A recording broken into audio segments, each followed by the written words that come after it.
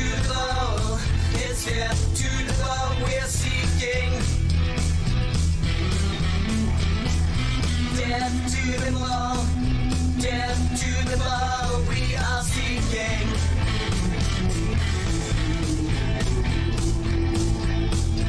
You're gonna lose it all.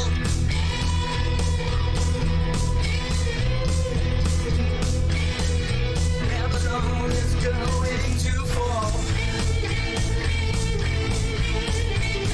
The beast so gone with the ball.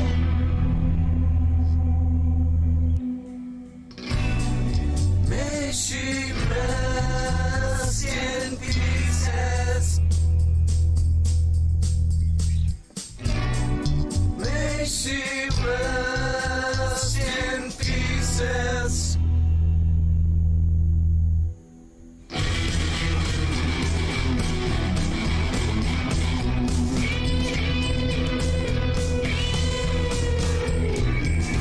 We're not speeding through space or flying through the Milky Way. Not unless you are on some kick-ass drug. What always levels out, oceans can't curve around a ball. Stars always stay on the same course year after year. Einstein was a turd. Hawking is a fraud. NASA is a hoax. Coriolis is a bunch of bull. Take a look with your own eyes. It's the end of the world. You know they're gonna lose it all. Babylon is falling. Caterpillar everywhere. There's no room for the ball. Requiem for the ball. It's all over now. Babylon is going to fall. Babylon is falling. May she rest in pieces. May she rest in pieces.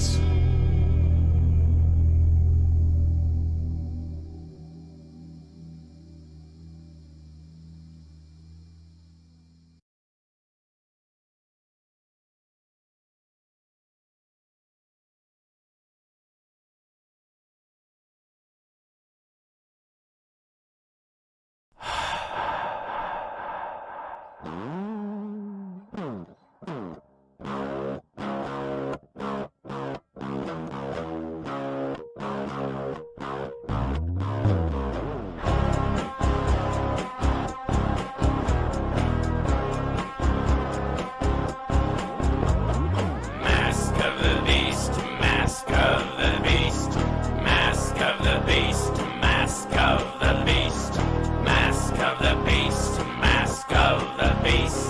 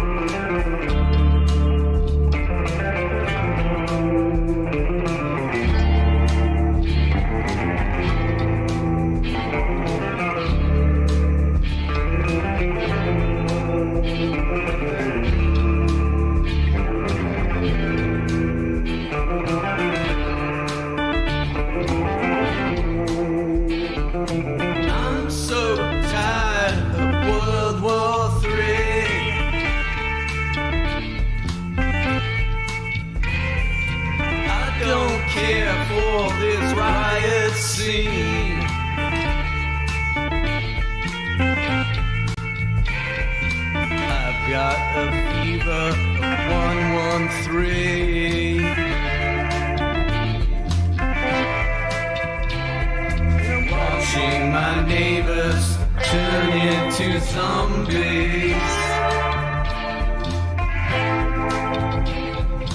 Food on my face makes me feel uneasy. The commie world order is totally sleazy. Shifty-eyed Bezos counting his cash. Now he can build his moon gulag.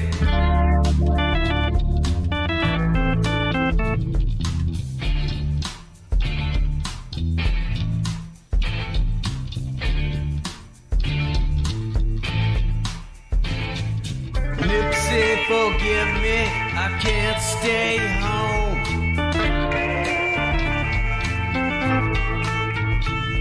I'm going to the lake, gonna paddle my boat.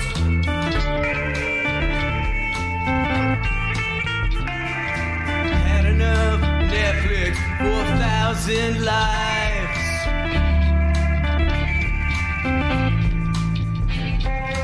Walking around the food king don't satisfy my mind.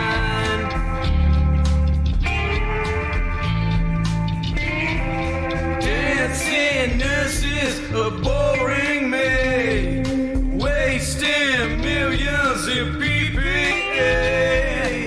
No one is in the hospitals, you see. Must be practicing the dance routines.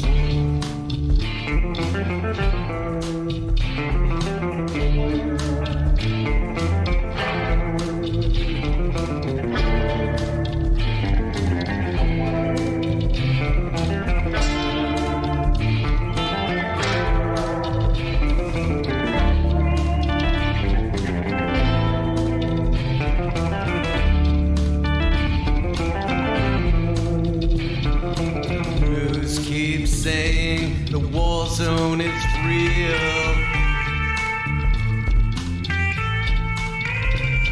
They left out the facts, there's no one to heal.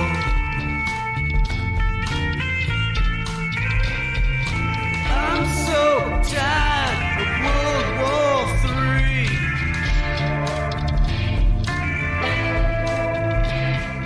Now we have riots in the streets.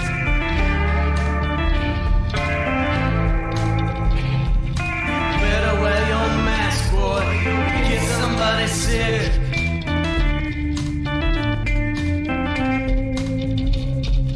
Stay out of the sunshine. Find a TV show to pick.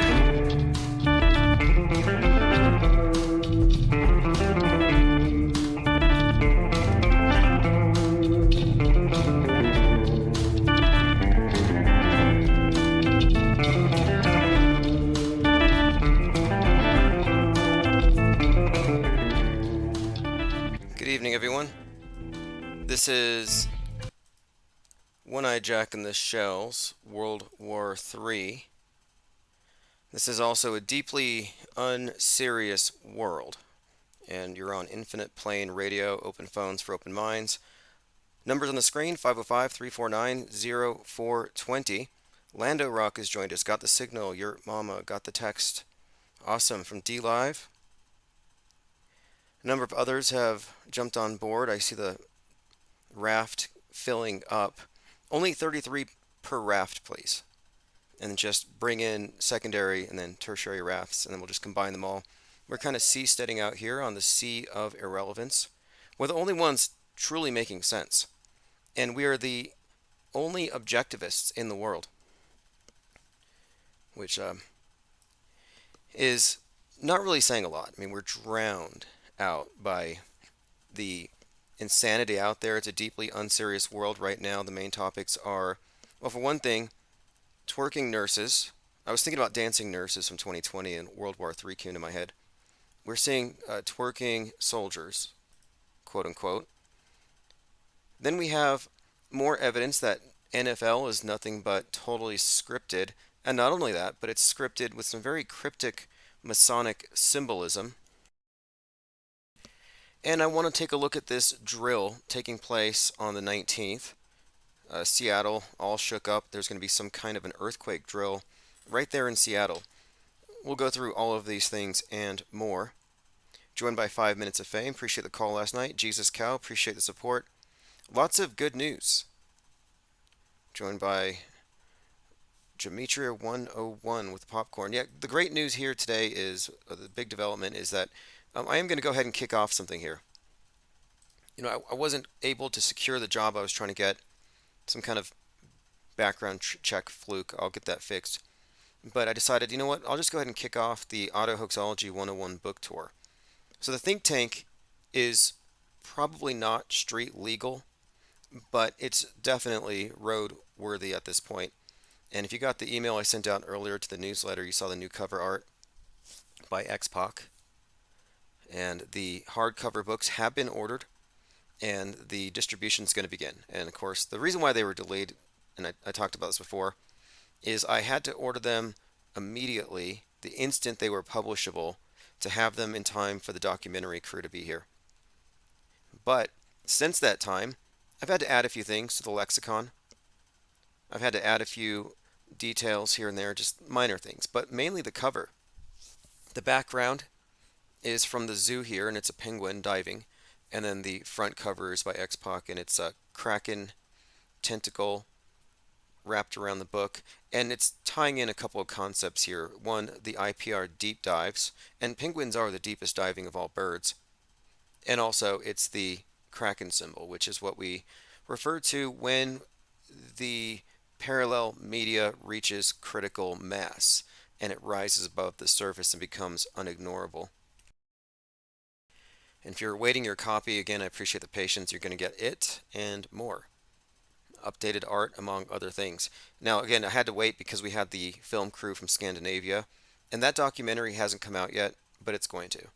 And it's important that we get this thing on the road before that actually hits. So what I have done is I have planned, and this was actually a plan we started last year, but I brought those plans out and I've updated them. I've planned a series of cyber symposiums to promote Auto Hoaxology 101, and these will be open forum debates and conversations about one topic at a time. I will be inviting relevant experts. These are not echo chambers. I will also bring in my own media coverage and cinematographers so we can continue to develop the video accompaniment to the textbook. The integrated real life / online situations I think are perfect for what we're trying to accomplish here. That's what I mean by becoming unignorable or rising above the censorship, is having a real world presence. And at each of these events, at each of these mini conferences or symposiums, I'll be distributing the freemium copies of the IPS Insider.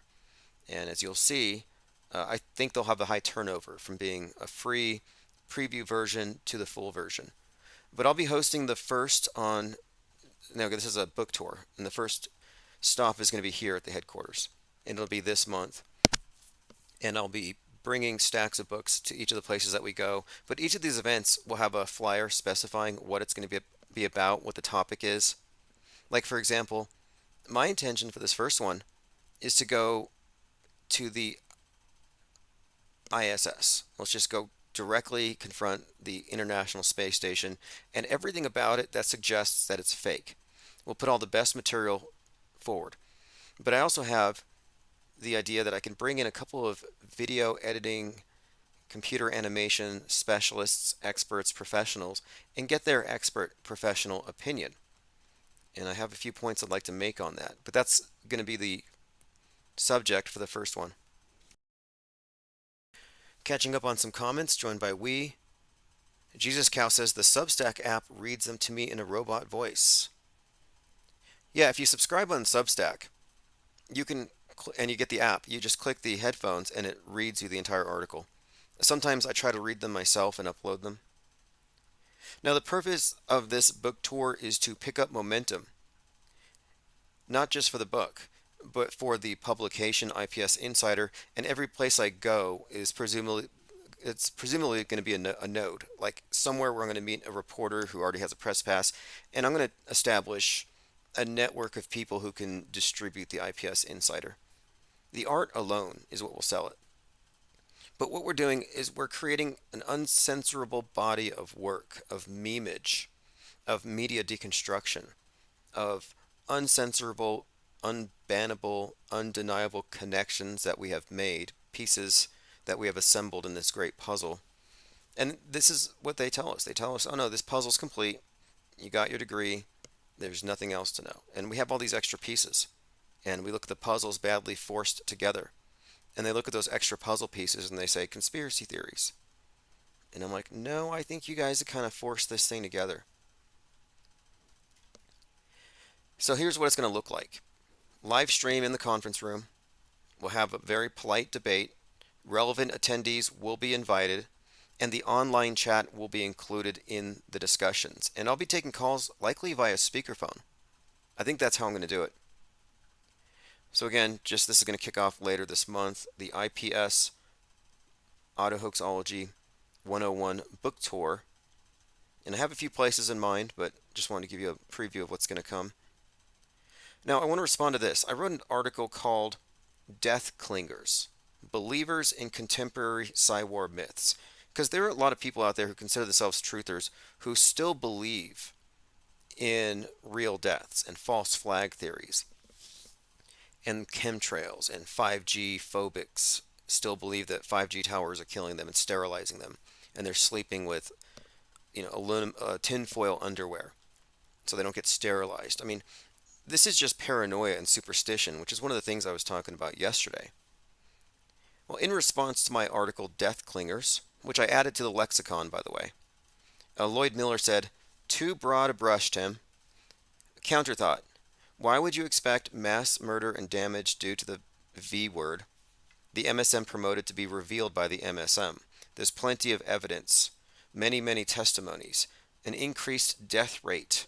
Same for the death toll in Maui. Why would they promote the missing children if they're part of a cover-up? You really think this is just a scary movie? In other words, it's all real, but they're covering it up. Lloyd believes that fake dead kids' lives matter, and he's still out there advocating for the Maui children, the Do kids.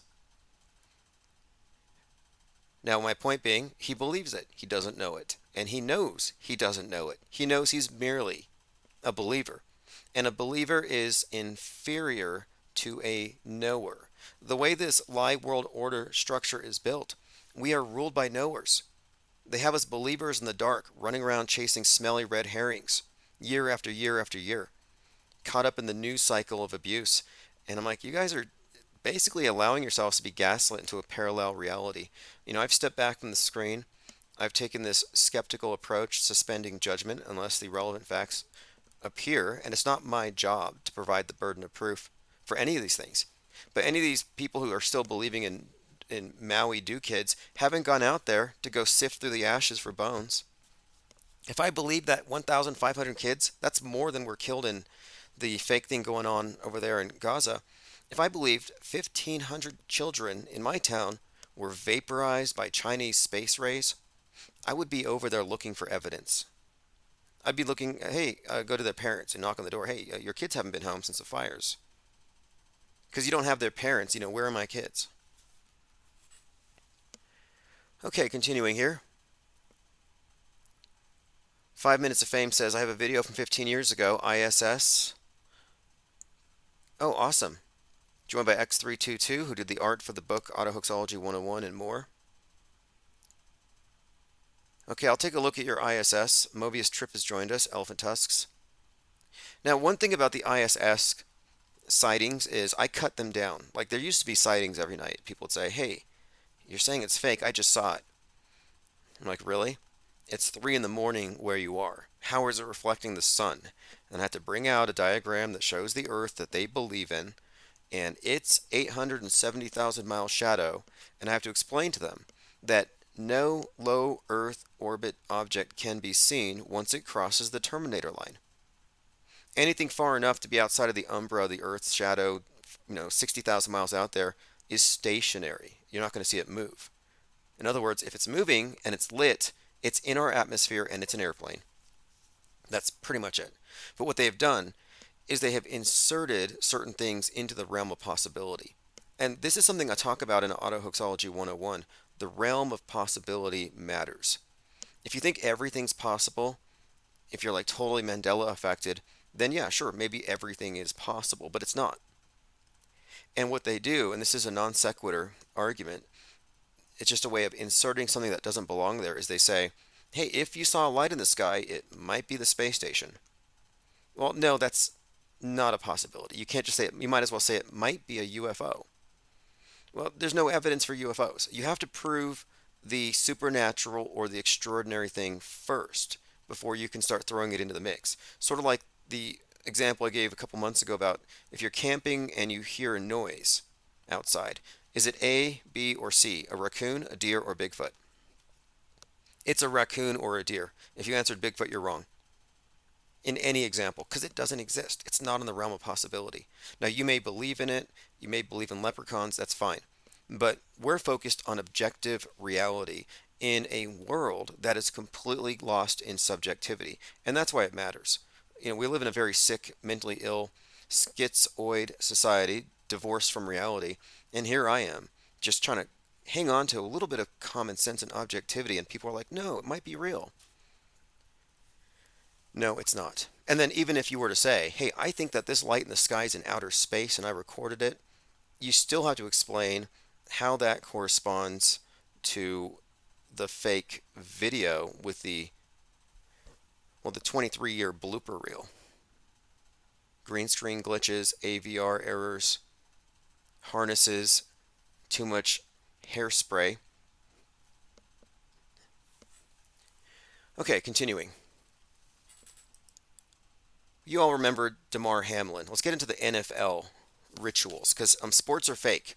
If you're mad about the news being fake, if you're mad about the Maui children not being dooed to death, if you're mad that 9/11 jumpers are fake except for the one guy that jumped last week and didn't die, if you're mad about the fact that nobody died, nobody cried at any of these shootings, if you're mad that 40 kids didn't get decapitated, if you're mad about all this death that's not happening, if you're mad that Vaxageddon's not real, that people aren't suddenly dying, if you're angry that all this carnage isn't actually happening, because a lot of people are mad about this, if you're mad that you're not being poisoned from above by every airplane, like if you're mad that I'm taking away all this hellish, nightmarish stuff, I mean, it is nightmarish, you're going to also be mad to find out that sports are fake. The news is fake, but sports are fake. NFL is as fake as WWE. And I think there was a time before they admitted it was fake, where if you said it was fake, you'd get punched. Like somebody who believed in wrestling would probably really get mad at you for saying, hey, it's fake. You got your ego attached to it. You think it's real. You bought into the stories and you've been lied to. Huge blow to the ego. Well, sports are obviously rigged and fake just as much. We talked about this months ago. Damar Hamlin dies on the field. They resurrect him. Everybody's kneeling except for one guy named Neil, who's got the number 33 on his back. He had all these different aspects to his story about the threes. 3:30 in the morning, made $3 million. It was absurd. The level of just, I would say, ritual theater that they put over the real thing. That was Damar Hamlin. Well, there's a new one. Damian Harris, and now note the initials DH and DH. Damian Harris had an injury that brought out Damar Hamlin conspiracy theorists. The ambulance came out just as it had before. Damian Harris went down with a neck injury. But fans are talking about a couple of things. They're blaming it on, I think, vaccines, which is kind of what the anti-vaxxers do. They believe that if X happened before Y, X caused Y. So everybody who has any kind of condition in the future, it happened because of X. But anyway, this is a brief comment on it. Basically, there's a 33 on the ambulance. He has the same initials as Damar Hamlin. Just another obvious in-your-face Freemasonic ritual, which shows you that this thing's entirely an inside job. It's all scripted. It has to be. Now, there's real athletics, I'm sure. but there's a point here where it's pretty much controlled and it's there for your mind entrainment. Okay, this is a couple of examples of twerking soldiers. So now you know the war is real. You know it's real when the people who should be fighting are actually twerking, like all those nurses. The dancing nurse thing never got the full expose it deserved. Like, I want to do a documentary on it. Let me catch up on your comments really quick. Wee says, I have an eyewitness that went to the top of the World Trade Center in 77. Yes, there were people in it. In 1977? Sure. Okay, here we go. This is a short clip here. But here's the thing. When it comes to 9/11 in particular, 9/11 didn't happen in a vacuum. It didn't happen in isolation. It's not an anomaly.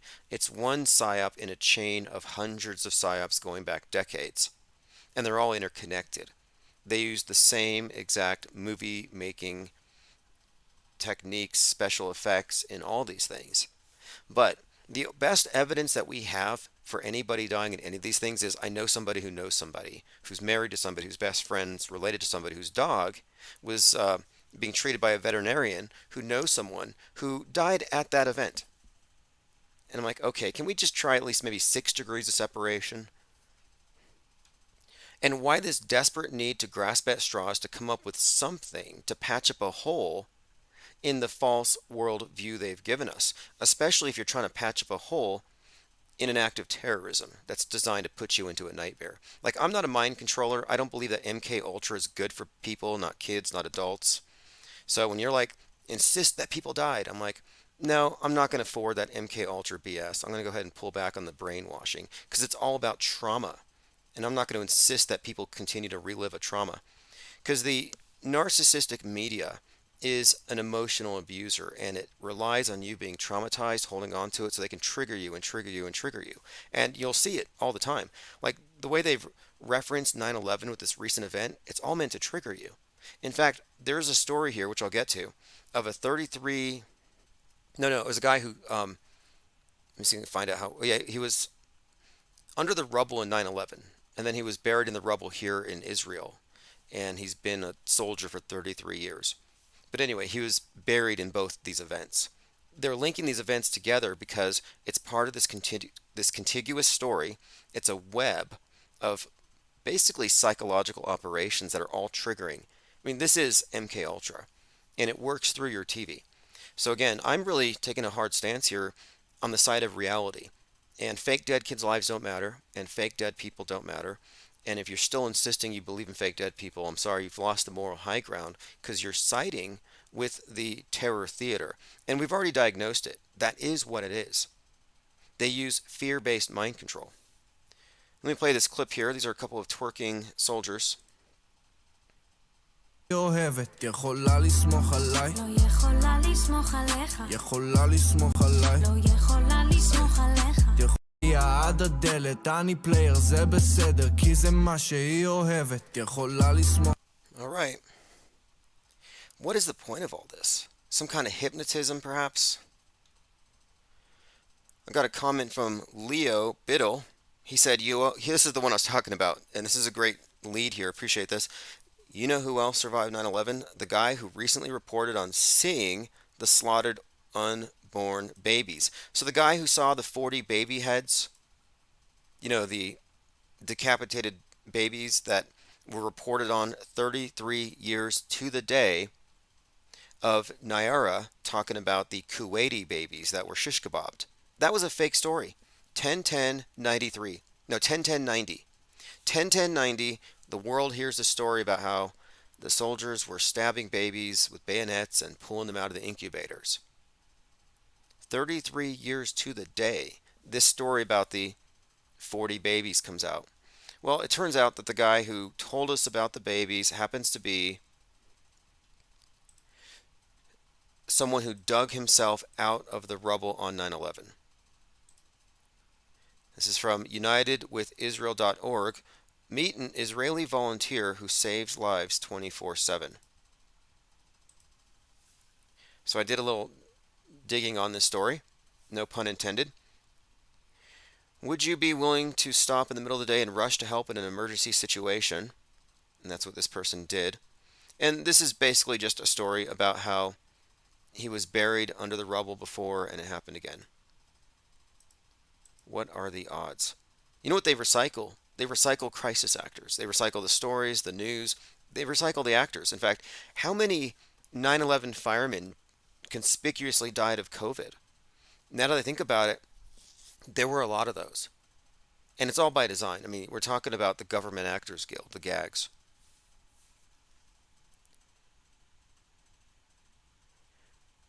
Okay, continuing here. Okay, somebody said RFK Jr. rap. It wouldn't surprise me. That guy is really desperate to fit in here and to. I don't understand the idea. He's trying to act like he's shirtless, doing push-ups, doing backflips off the cliff and all that. How does that sell the presidency? Okay, continuing through your comments, Garrett says, watch for Taylor Swift being in theaters to come, already in the NFL and a bodyguard. Oh yeah, she's 33 by the way. Keep an eye on it. They're not locking down these 33-year-olds, and I keep suggesting it. You'll notice that they're the ones who are always behind every single major instigation. 33 years on the force is an incredible commitment, especially after getting trapped under the rubble on 9/11 and digging himself out over 7 hours during that rescue. So anyway, he dug himself out of 9/11, and then of course he's an Israeli volunteer saving lives right now. Totally believable. On 10/19, which is in 3 days, Seattle's going to have an earthquake drill. Don't freak out. Now, last year there were drills or simulations where they said if we had a 7.5 earthquake, it would cause 42-foot waves to hit Seattle. And I've talked about the predictive programming for some kind of nuke event in Seattle a lot. There's also a lot for a tsunami, and quite a lot on Netflix suggesting all of the same and more. One of the things that stood out to me, though, is the idea of the earthquake and the tsunami being drilled for right after Amazon relocated all of its employees from downtown Seattle. They had like 1,800 employees. They moved them, and they said, "Oh, we got to move you because of a crime wave." Oh, really? A crime wave? It's the great shakeout week. Do you know what to do with an earthquake strikes? Shake out, don't freak out with us and millions of others. Thursday at 10:19 a.m. Why 10:19? Very 9/11-y. We'll be practicing how to drop, cover, and hold when a quake strikes. So in just a few days, are they going to shake the Tower of Babel, the Space Needle? And the reason for drills is to put everything in place to fake something. That's the pattern. The drills are rehearsals. I've been advising people, hey, um, join the Crisis Actors Guild. Get an inside view. Joined by Aaron Haywood 6.0 official says, I heard you've been talking about me. Here I am. Yeah, if you want to call in, don't actually know who you are. Phones are open. 505-349-0420. Aaron Haywood. Don't know who it is, but if you want to share a link to your channel, by all means. Middle East on the verge of the abyss, UN warns as Gaza suffers and Israel prepares for the offensive. We were talking about this in the context of the abyss, Revelation 9/11, and the connections between Revelation 9/11, 9/11, and Ghosts in the Abyss being filmed at the Titanic on 9/11 by James Cameron. And then more recently, the reflecting pool and the person falling into the abyss. The abyss is some kind of a 9/11 reference. It's connected in there. J. Dig says US and Russia had the EBS test and then war broke out in the Middle East that weekend. Yeah, and you had that game, Call of Duty Modern Warfare 3, that came out on 10/6. So all kinds of people are plugged into the war sims. And then it happens. which I think is part of the programming, like predictive and concurrent programming. Yeah, you're watching movies about kids getting shot, and then it happens in the news. It makes more sense. Well, you have all these people plugged into these video games, Modern Warfare 3, and now they're in that frame of mind, and they hear, hey, war just broke out. Well, look, it's in their frame of reference. Like what I was talking about at the very beginning, about the realm of possibility. It's the idea that it's context is what I'm talking about. It's context. And so they're taking things that wouldn't really be possible, but they keep it in your immediate context through predictive and concurrent programming. And then when it happens or it's faked, you're more likely to believe it. Got a comment on Odyssey from the last watch. He said, recall when the US bugged out of Afghanistan, go watch the plane the locals were jumping on. It was an inflatable. Check the pilot windows. It was all presented reality like all wars. Yeah, it's like that movie Airplane. It was totally just a big inflatable thing. And it had the reverse 911 on it. We were just talking about the reverse 911. There was that on that inflatable plane. He also says, Desatanist is an FTM transgender, as is Trump. They're both doing Mason signs with their hands and feet. And then he says, President Gerald Ford is having his namesake aircraft carrier sent to Israel by bumbling old Joe Biden. Oh, did Gerald Ford fall a lot? He said, bumbling old falling down President Gerald Ford has his namesake aircraft carrier sent to Israel by bumbling old Joe Biden. The carrier will go down in a false flag, maybe. All right, keep an eye on that. Will the aircraft carrier, the Gerald Ford aircraft carrier, go down in a quote false flag?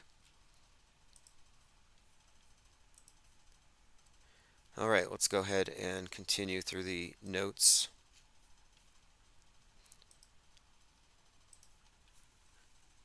Elephant Tusk says Aaron is a... Oh, okay. I don't know who he is, but I opened the phones. I don't have enough information to have an opinion, to be honest. GSM says he's a shill. Yeah, that word doesn't mean very much. I mean, what does that word even mean these days? Okay, continuing here. Biff Don says, I imagine that all fake news and magazines will no longer use real people to fake their stories. Why use real people when you can use AI? See, this is why Hollywood was protesting. Hollywood was shutting down. They were going on strike because they don't want to be replaced by AI. That's pretty much it. And here we have this possibility of crisis actors being replaced by AI. And I made up the Government Actors Guild, the GAGs. I don't think it's a real thing. And if they don't have a guild representing them, I'm sorry, but these crisis actors are going to be replaced. Sorry, Waynell Sexton. No more reprising that same recycled role. Okay, let's see what else. Tyrone McCloskey says, Ford's clumsiness inspired Chevy Chase's character falling at the start of the first season of NSL. Okay. Aaron Haywood says, Tim Osman is Brian Solis. He's an actor himself. Oh, put that on the list. I'm Brian Solis. I'm also, this one's unbelievable to me. I'm also Kelly Weil, the writer from the Daily Beast, who recently had like babies, I'm pretty sure. I'm Kelly Weil. I'm Brian Solis. I'm friends with the original Wonder Woman. I'm also Crow 777. I'm also triplets, according to Xmas Eve Evil. I'm also triplets because the Illuminati doesn't want to violate labor laws and they have to have multiple shifts. I'm a multitude. That must be some kind of a trip, it must be psychedelic to live like that, where every single thought that passes through my mind is true, no matter how mutually contradictory. That's what I call mind aids. Oh, I can conceptualize it, I can see it, I believe it. It's just true. It's all true. No, it's not true. You have to have some filtration. You have to have a mental immune system. N.A. Literalist says, Jake the A-hole is a shape-shifting archon. Yeah, we were trying to get him transvestigated yesterday by Tia Roberta, but I couldn't find his picture. Jay Digg says, "Wait, I thought this Tim guy was a chick." Yeah, I've been misspecied, specied. I've been termed a number of things. Jake the A-hole says, "I asked if I use prosthetics and masks, and he laughed at me. He said I'm a shapeshifter." He says you're Jason Gold. Now, I don't want to jump down this guy's rabbit trails because he'll think we're doing damage control, and the more we insist that he's crazy, the more he'll believe in his crazy ideas. There's no limit when it comes to belief. Facts are limited by objective reality, but there's no limit to when it comes to beliefs, and people can get as creative as they want, creative license with reality. You have a lot of erotomania. Like there's a lot of people who have basically not fallen in love with, but they do get into this idea where they think you think about them and they think that your feelings are mutual. They're emailing you 50 times a night. You're not even reading them. Okay, Jake Gibson is actually Jason Gold. Okay, this is why he wears the hat. This is why he wears the hat. Makes perfect sense. Now, I don't know who this person is. I hardly care to research. He's obviously an actor. Here he is hanging out with Barbara Streisand. This is why Jake Gibson wears the hat, though. That's where he puts all that hair. He's an American actor and singer. Oh, okay, he's the son of Barbara Streisand. Okay. Born in 1966. Okay, does Jason Gibson look like he was born in 1966? Oh, don't let facts get in the way of your theory. Now, if you want to call in, by all means.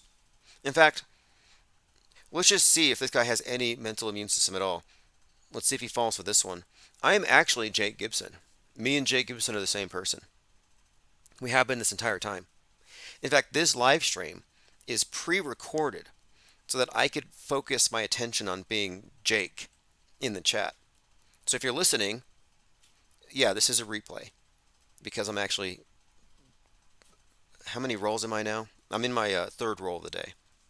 I don't get confused though because my Illuminati handlers keep me organized. Again, this is another example, MSM Plus. The screened reality with a lot of stuff heaped on top of it. You have to step back from the screen. They say touch grass. Yes, you have to. You have to have your frame of reference rooted in reality. While it's still, I mean, it's not even that it's not even all that possible these days. It just really isn't. It's becoming increasingly unlikely that anybody's going to find their way out of Plato's cave. We have a phone call. Infinite Plane Radio. Hey, caller. There we go. Sorry about that. Hey, caller, can you hear me okay? Just waiting for the... Hey. There we go. Okay, I can hear you just fine. Excellent. Right. Not So, Aaron, obviously. This Aaron is made a Christopher video from about Reverse you. I History. haven't So seen if he calls in, I'll hang up right away. Okay, sure. That sounds fine. Hello? Hey, did I somehow get... Are there more than one people on this? It seems like I might have answered two phone calls at once. Let me go ahead and double check this. Yeah, what you said didn't Sure. match my question. Okay, I hear Jake Gibson and I hear the other person. Let me go ahead and get the grid view. I'm on Skype and it's just sometimes it's weird like this. But basically what happened is I opened the phone. And so if you're Jake Gibson, why don't you hang on just a second and I'll see what this caller has to say. Hey caller. This is Christopher, Reverse History. Okay. We thought you were the guy accusing Jake of being somebody he's not. Okay, so reverse history. Let me go ahead and figure out how I managed to get two calls on at once, and then we'll proceed here. I can call back for you, too. Yeah, why don't you call back in like 10 minutes?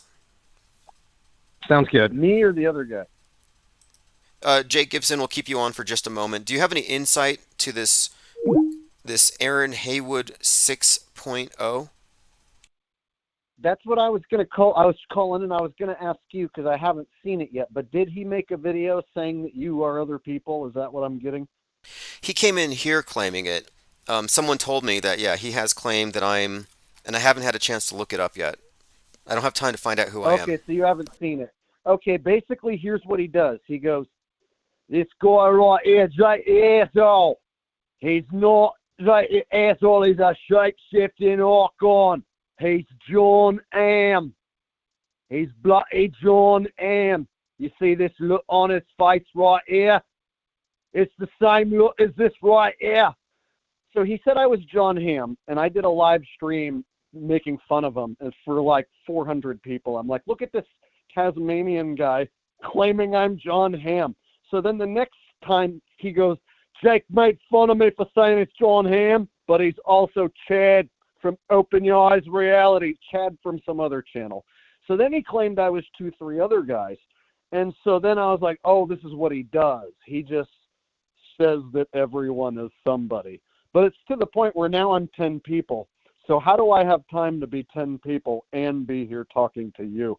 You know what I mean? Like, how do I manage 10 different superstar roles? It's And amazing. he claims it's not masks. He says it's not masks. It's not prosthetics. He says that's shill shit and that I'm an actual shapeshifter. Bro, how do these people exist, Tim? Good How does question. this even work? This is what I wonder. How do they Like, exist? Because their beliefs, like if they said that in public, that's committable insanity.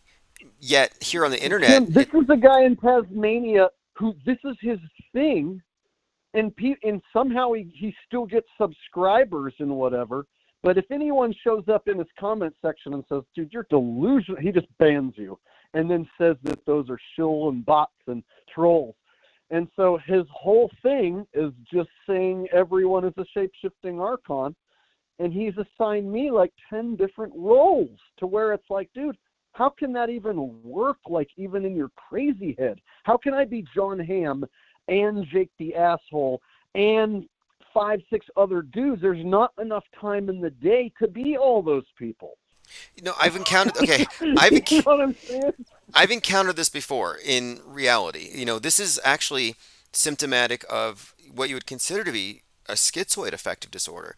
And what happens is they no longer reconcile their own inherent contradictions. So A is A or A is B. A can be A, B, and C. There's no contradictions. They just cease to pick up on these things. And to me, it's mostly drug-induced psychoses that bring these things about. But in his case, it's not all that different from transvestigators, where now everybody's a trans. Well, not everybody's a shape-shifting archon. Now everybody's somebody else. But yeah, this is just basically a delusion. He's a delusionist. You have every right to show little clips of what he's doing and make fun of him on your channel. He can't do anything about it.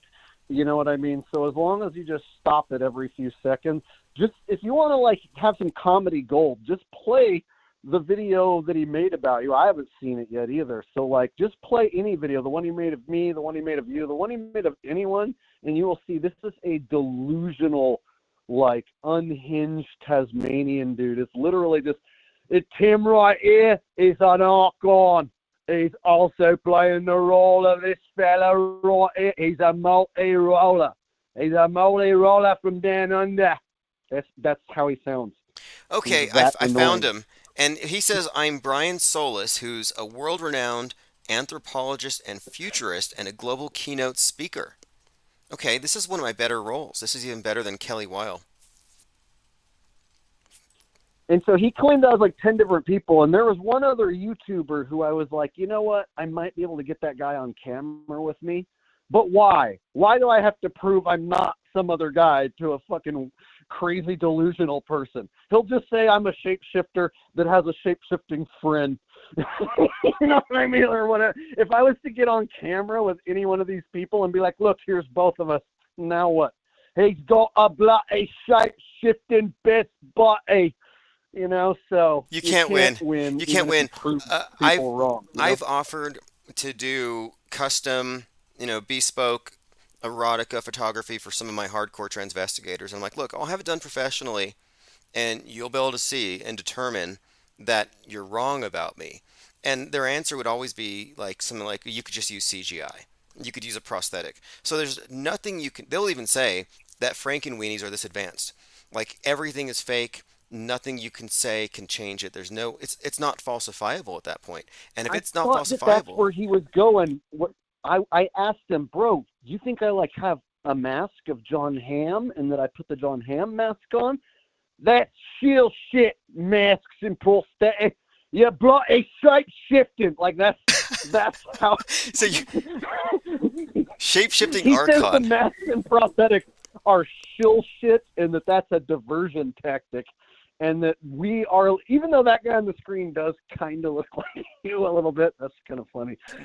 He has me being 10 different people or so. No, I swear I'm 10, he has me as 10 different people. One of them being like some guy named Chad who has different eyes, different face, like different. And I was like, I should get Chad on camera with me. I'm like, dude, what? Why? What's the point? Just let Aaron be Aaron. So Aaron's whole shtick is that impression I just did. that kind of And proves he's his got like point, though. channels. Only a shapeshifter, only an archon shapeshifter would be able to just totally imitate him so well. Like you could be what he's saying. You kind of do So here, another impersonations. thing he uses a website that measures similarity between pictures. So he'll put a picture of me and John Hamm, and then the website will be like 82% similarity, and he'll be like, it's almost a direct match, nearly 100% match. Okay, so that's So sort of he like, uses these yeah, fucking that's like the geometry websites, dude. calculator. Like, You got the geometry calculators, you got the skull overlays, and now you have the face matching things where you give some of these truthers a tool, like a hammer, and now everything's a nail. Like yeah. every geometry proves everything. Skull overlay proves I'm So always right. basically, I found another guy making fun of him out there. You might even be able to find the video where a guy took a picture of Michael Jordan and then a picture of Aaron Haywood, who are both bald, and he stuck them in the pic similarity thing, and it came out to be like 79%. And he's like, "Look, Aaron's a shapeshifter. He's Michael Jordan." So you can use their own shit against them. You know what I mean? And then they make a video like, "Clearly, I'm not Michael Jordan. These shields are trying to say I'm Michael Jordan, and I'm not. They're trying to cover their trials. They're dirty shit." That's who we're dealing with, bro. I So see it. you are I, one of the lucky few he's who's got been look. Aaron Haywooded. He's got Michael Jordan's skull. The first thing when I saw his picture here, I just brought him up. My first thought, yeah, that could be. That could be. He's gained a little weight, but I'd like to know how tall he is. Fascinating channel here. I'll see if I can find. Oh my goodness, I'm not even gonna read his video titles. I thought this is pretty bad. So if you show any clip of him, it's comedy gold, and you and your audience can just skewer this guy nonstop. And you know what I mean? As long as you don't like just show entire videos of his without talking, like he can't do shit about it. You could like show it up there in the little corner of your screen, and I mean, this guy. But then he feeds off of it, so then it's almost like you give him what he wants, though. See, so that's why I don't like to spend too much time on these little Loon Tune channels, because then they just shoot off 3-4 more videos. Yeah, About me. this is actually something I've seen before where they find a lot of videos of celebrities that are reptilians that look at their eyes. And this is like an example of the intentional sort of disinformation campaign through visual disinformation, where they've dumbed down people visually with so many bad special effects, where people think the screen is evidence.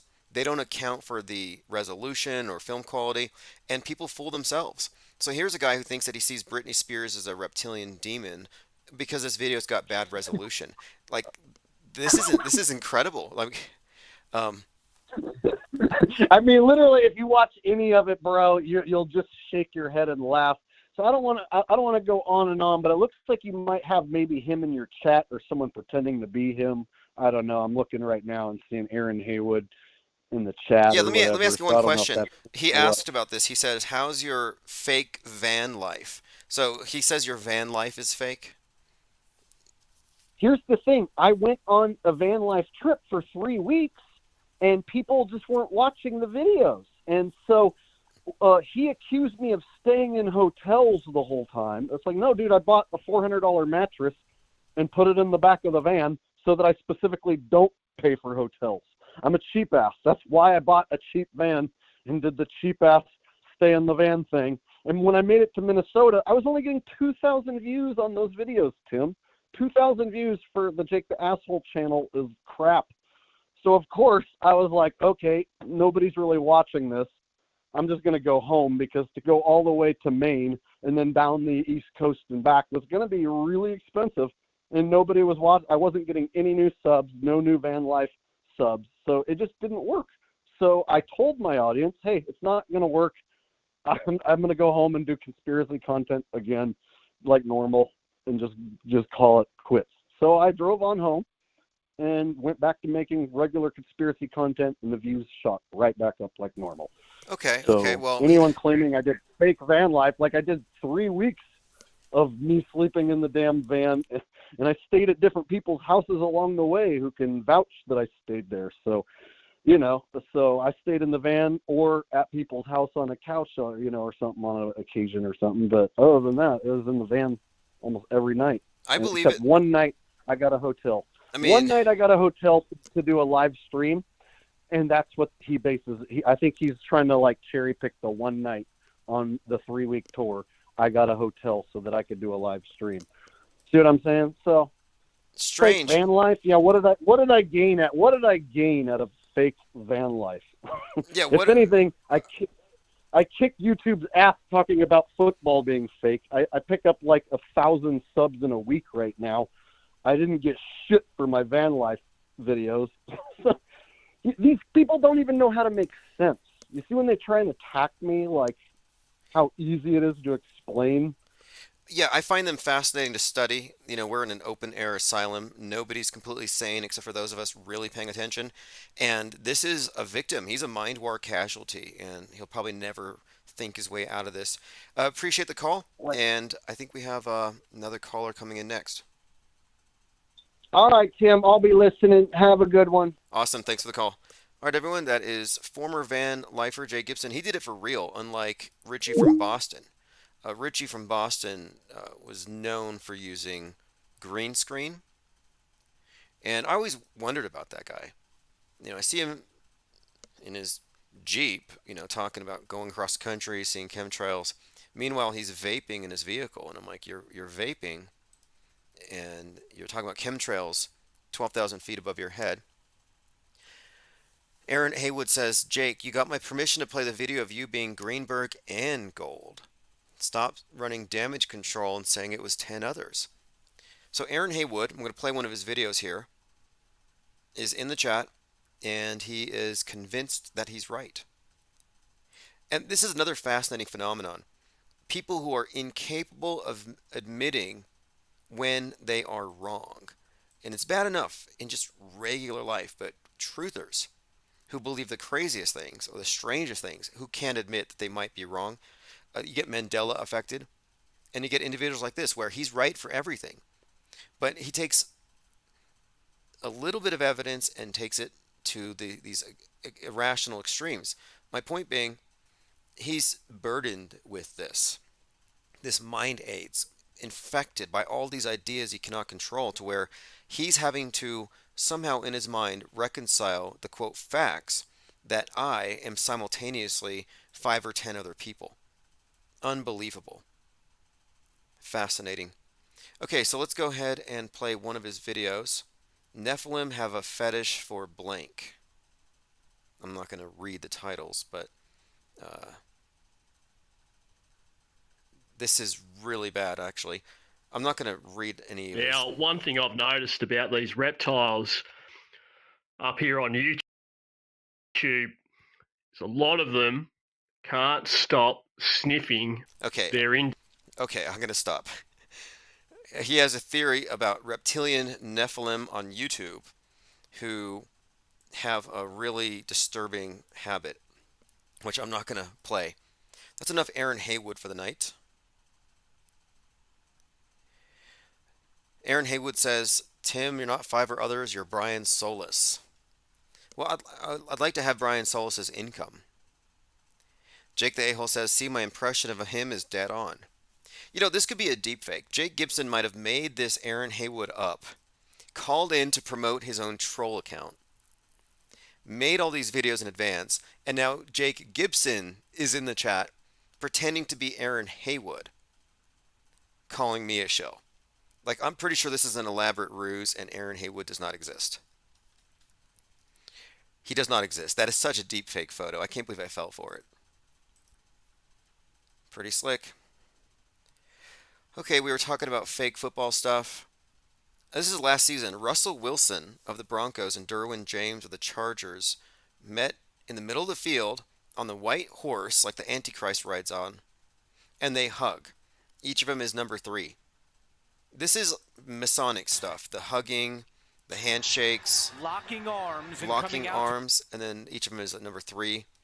Like, we don't know what this is because we're not in their club. Okay, phones are back open. So we had a couple of, I don't know how that happened. Somehow we had two people calling in at once. I want to figure out how to do the group call so I can merge them all. Into the Break says, Brian Splice does look like you. Yeah, I guess so. I'll have to, it is me. I just admit it. It's me. I'm also Kelly Weil.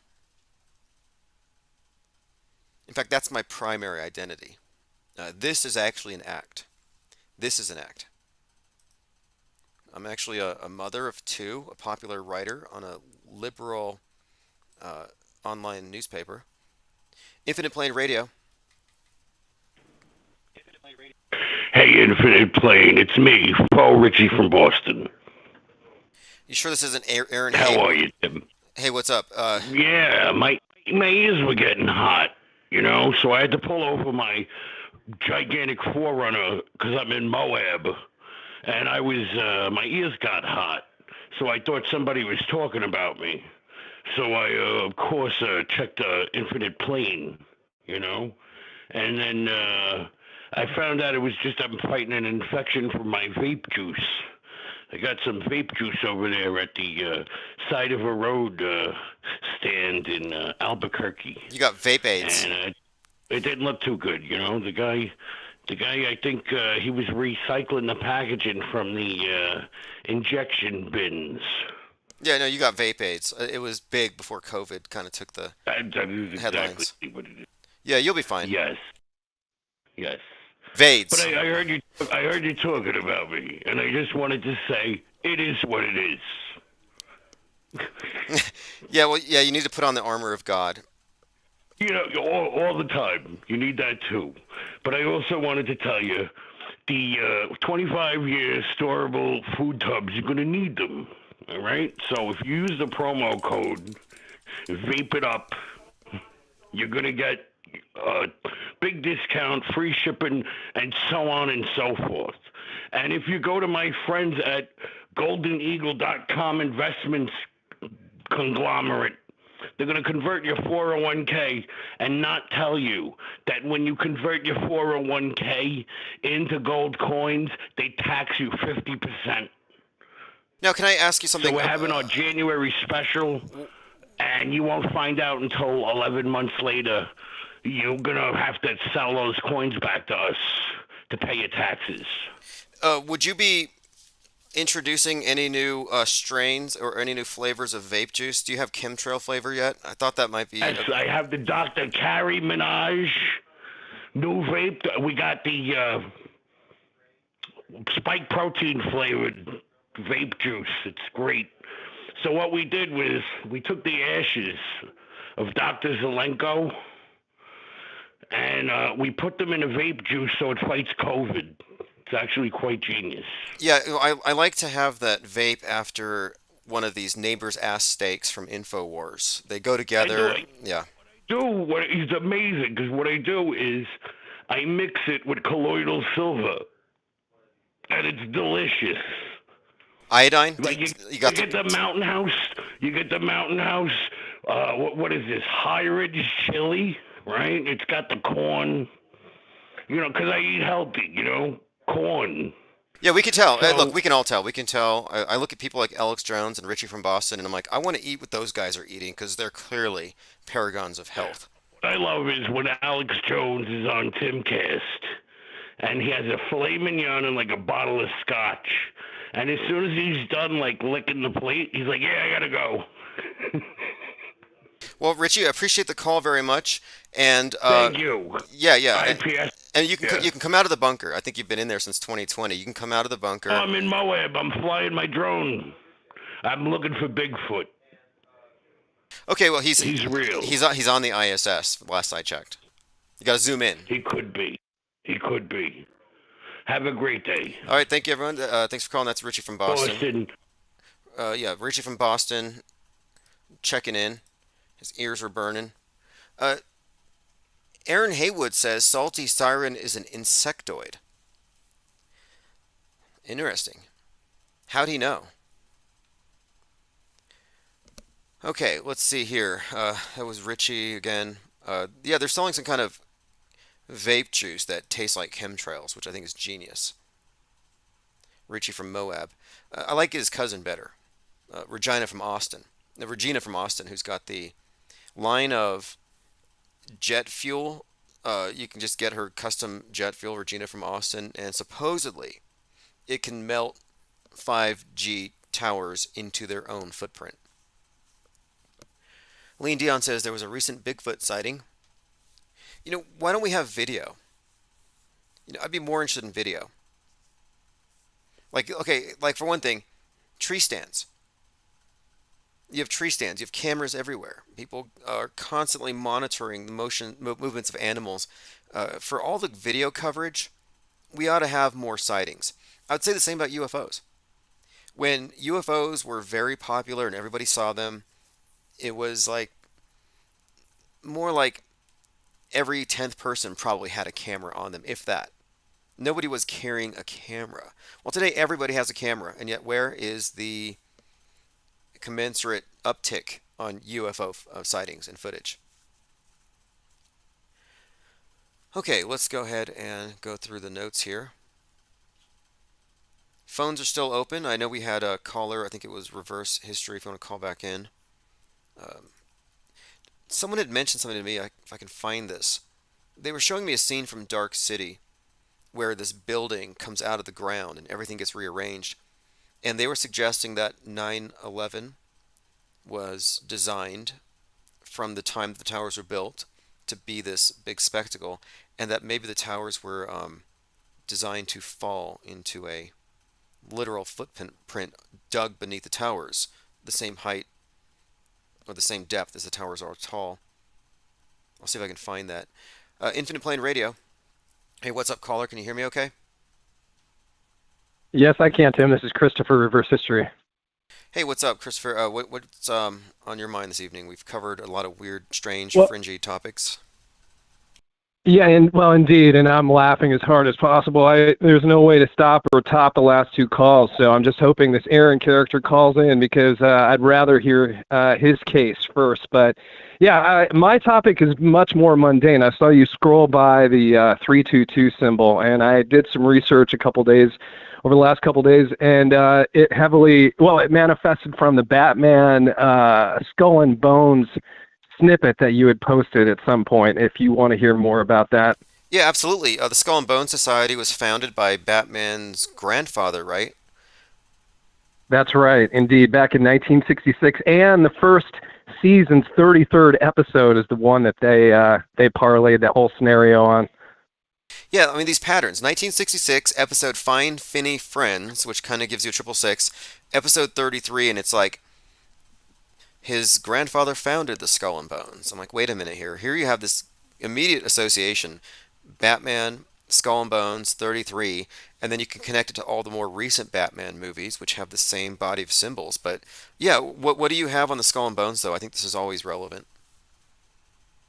Me too, yeah. And so there's a lot here. I mean, in all the references that you just mentioned, I'm trying to incorporate most of this symbology into my second episode, which is turning into a full-length documentary. But what I did with that episode, the 33rd episode of the Find Finney Friends, is I looked at the writers, as I've often been doing with all the predictive programming that I've been looking at, and it just leads you on this incredible trail of other work, usually, that indicates more predictive programming. So I'm not sure if you're aware of this, but now the name may escape me, but I think it's Lauren Semple Jr. was the gentleman who I believe came up with the concept for that. Let's say instead of just going for a serious tone for the comic books, he came up with the concept for the TV show, the 1966. And so he did go to Yale.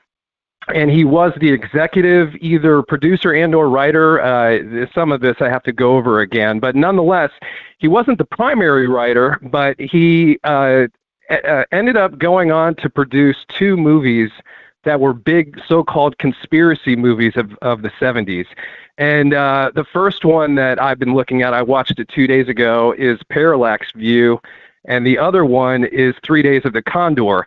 And they're both fascinating because they each have their predictive programming elements and or mind control elements that are undeniable. And yeah, I'll be happy to share more detail on either of those if you're interested. Yeah, please go through both of them. This is interesting because yeah, retro auto hoaxing and looking back at old predictive programming, because this is the thing. It's continuous. Like people are like 9/11 fake or real. It's like no, this is part of this movie, meta scripted across multiple generations. Absolutely, yeah. And this is, for me, I'll just give everybody a little bit of context on the primary plot, if you will, of my episode is that I'm reviewing a movie from 1968, and I know I've heard you talk about various details. I've discovered many myself about how important that year is. As a matter of fact, I've gone so far as to say that was the year that they declared their psychological operation for World War III, and a little bit of hyperbole, but not really, because this one movie entails both predictive programming for 3/11 and 9/11, and also not that I put the Rockefellers on the top of any pyramid, but they're heavily involved in scenes where their buildings are in the movie, and it's really fascinating stuff. Anyway, 68's a big year. Is this the Condor movie? Oh, go ahead. Is this 3 Days in the Condor? The one that you're referring that has the yes. 9/11 and 3/11 predictive programming. Okay, I'm going to have to check it out. 1960. No, I'm sorry. I mistook your question. Let me interrupt real quick. It's actually the movie that I'm reviewing is for both of those, 3/11 and 9/11, is actually What's So Bad About Feeling Good by George Seaton. And it's 3 Days of the Condor. That one is more or less 9/11 predictive programming. Go ahead. Okay, because I was gonna bring up Space Odyssey 2001 Space Odyssey, which has a lot of 9/11 predictive programming, among other things, came out in 68. 68 is when 9/11 became the emergency number in America, and it's 33 years before 9/11. It's also the year that the tower's construction began. So 1968 is of very particular interest. And then, weirdly, I have found many connections between 68 and 2020. Even the term coronavirus came out in 1968. We can find many, many examples, but my point is the 9/11 and 3/11 connections, meaning 2001 and 2020, occurring in multiple movies. This is always interesting to me. You can compare it to Donnie Darko or Vanilla Sky that have examples of predictive programming for both of these. I haven't seen What's So Bad About Feeling Good, but so far I'm going to have to check it out because this is a fascinating phenomenon here. That they're hitting both of these major generational, psyops of a generation. Absolutely, yeah. And the 68 scenario, you mentioned the 9/11 code or the dial-in code for emergency, I believe, in your list there. And yeah, there's a very long list, and there's so much to say about it. Hopefully the second episode will be a great long-running introduction to many of the details. I've got so much material on it, it's going to take many episodes, and the next one will be focused on 9/11, purely 9/11. But when it comes to the predictive programming, I'll give a little bit of a hint on the second episode, and What's So Bad About Feeling Good from 68 is that they have this meeting where they're saying, okay, this is an emergency. We got to go to the bunker. And New York City did not have a bunker, and nor was there any bunker that they used within the book by the way, the book was the source material that they used was written by a propagandist and a whole different take. And what's fascinating, I'll just add this real quick. I'm digressing a couple times here, but there's ways of comparing the book material to the movie to demonstrate that they integrated their plot lines that the original author didn't, just proving that they're actually inventing their future reality plot lines for future psyops. But nonetheless, going back to the other segue, they have this meeting, and so the New York City did not have a bunker. That would be something that would be introduced, I believe, in the 90s. And there's many 9/11 stories that show how ridiculous it was for the mayor and his traipsing around by foot, leading his people when 9/11 happened in reality. I mean, it was a movie set. And one big point I'll make there is that there's this blurring line. I've heard you say this before too, that when you look at this research, you can't tell where the so-called reality actors start and the movie actors who are playing the psyops role ends. It's this entire contiguous scenario that there's really no difference in my mind between the government and Hollywood's government. They're equal. But anyway, trying to tie it all together, we've got predictive programming where this guy goes to a bunker, and it's this building that I can relate to WTC7. It's essentially a parallel between that. It's much easier to watch the movie and hopefully my review to see the connections there that are undeniable. But as far as Parallax View goes and 3 Days of the Condor, I'll start with 3 Days of the Condor and just mention quickly, there's more that actually references 2001's Kubrick's work there too. But as far as the Condor goes, the book it was based on was in Washington, D.C. So they actually changed the city predominantly to be New York City, and one of the starring roles in the movie is the World Trade Center. So they actually have the pair of buildings, the very first time they have a close-up of a helicopter more or less looking like it's flying into the buildings and landing on a helipad right in front of the towers. Unbelievable. And okay, you mentioned how you can find that the book doesn't always match the movie, meaning there's some intentionality behind the planted clues. And this was the case with Room 237 and The Shining. Stephen King's book didn't have Room 237. That was a deliberate change. Interestingly, Stephen King wrote a sequel to The Shining, and The Shining had 9/11 predictive programming. His sequel starts off with a baby that predicts 9/11. Couple of other quick things here. Space Odyssey 2001 does have a reference to a fake pandemic, and it has it in the context of a corona symbol being shown. So there's that. Then, as far as the 9/11 and 3/11 overlaps, Donnie Darko's a very important one that has references to both. And the director's father worked for NASA on the Viking Mars rover project. So here you have a guy making movies for NASA, and his son makes a movie that has predictive programming for 9/11. And then one more thing, Neo in The Matrix. Remember his passport expired on 9/11, his birth date 3/11. Another one of these things Oh where yeah. it's fascinating. If you mind map these 3/11 9/11 connections, it shows you that these things are 100% contiguous and integrated.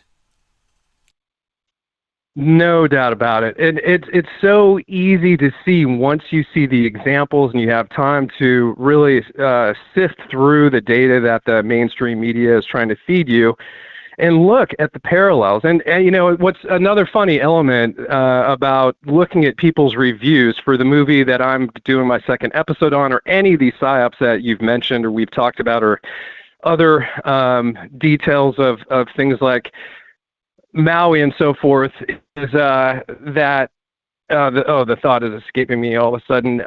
But I'll skip to another thought. That'll come back to me in a moment. But one of the interesting elements of the parallax view is that Warren Beatty's character ends up needing to watch TV to see what the news says about this situation he's gotten himself into. And interestingly, and this parallels what I've heard you talk about and what I've researched myself on 2001, which is he's watching the news, but it starts off with an Eastern Airlines commercial. So, and it's interesting because in that movie, there's other instances where there's references to 9/11 as well. So it's an Eastern Airlines thing. This gentleman is basically pointing in the sky, and there's this Eastern Airlines advertisement singing song.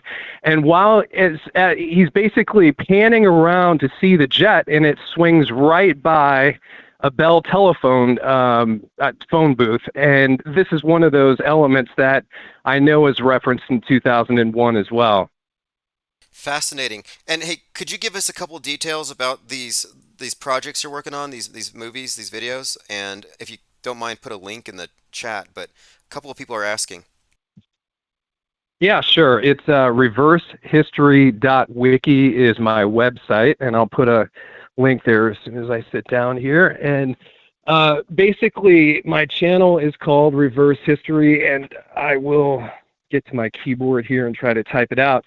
But basically, one of the biggest points that I'm trying to make with this work is to encapsulate aspects of social engineering for people, and mainly for people who are unfamiliar with it, and hopefully entertaining or interesting or maybe new for people that have even been studying it for quite some time. So I have episode 1 out, which is more or less an introduction, and it is based on what's so bad about feeling good. And then I also got really, really tired of watching all this super bad MSM, and I made an episode on Sean Penn because he was such low-hanging fruit to show the operations of PSYOP agents. And I got a good laugh out of that. Here, I'll put a link for my channel here. Hold on Very one cool. second. At reversehistory.wiki. Now, I want to run this by you because it occurred to me tonight that we always talk about predictive programming, how it's basically boring neural pathways, mental rehearsals, preparing, setting the parameters, putting unbelievable things into the realm of possibility. Like we can understand the function of predictive programming and concurrent programming, but what do you think of this?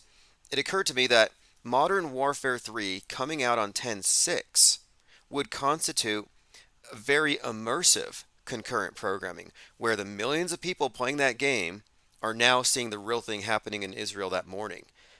Video games, another example, concurrent programming. Absolutely, yeah. And I was actually thinking about that during this whole ridiculous 40 baby psyop scenario for Israel/Palestine. And I'm like, I would not be surprised whatsoever if the video game fanatics are the ones who are driving this belief force behind that whole scenario. So, yeah, I think the more immersive technology gets, the easier it will be, especially since much of this predictive programming is aimed at children and games especially. I mean, whether they're adult fare or not, the kids are interested in this stuff, and they have no mental firewall. They have no ability to tell as a child, like I mean, I basically thought everything on TV was more or less real except for the fiction. My parents said, okay, cartoons aren't real and all of this. But, I was raised in a family of believers of the PSYOP entertainment complex. So these kids today, without the ability or, let's say, training to recognize this stuff, they're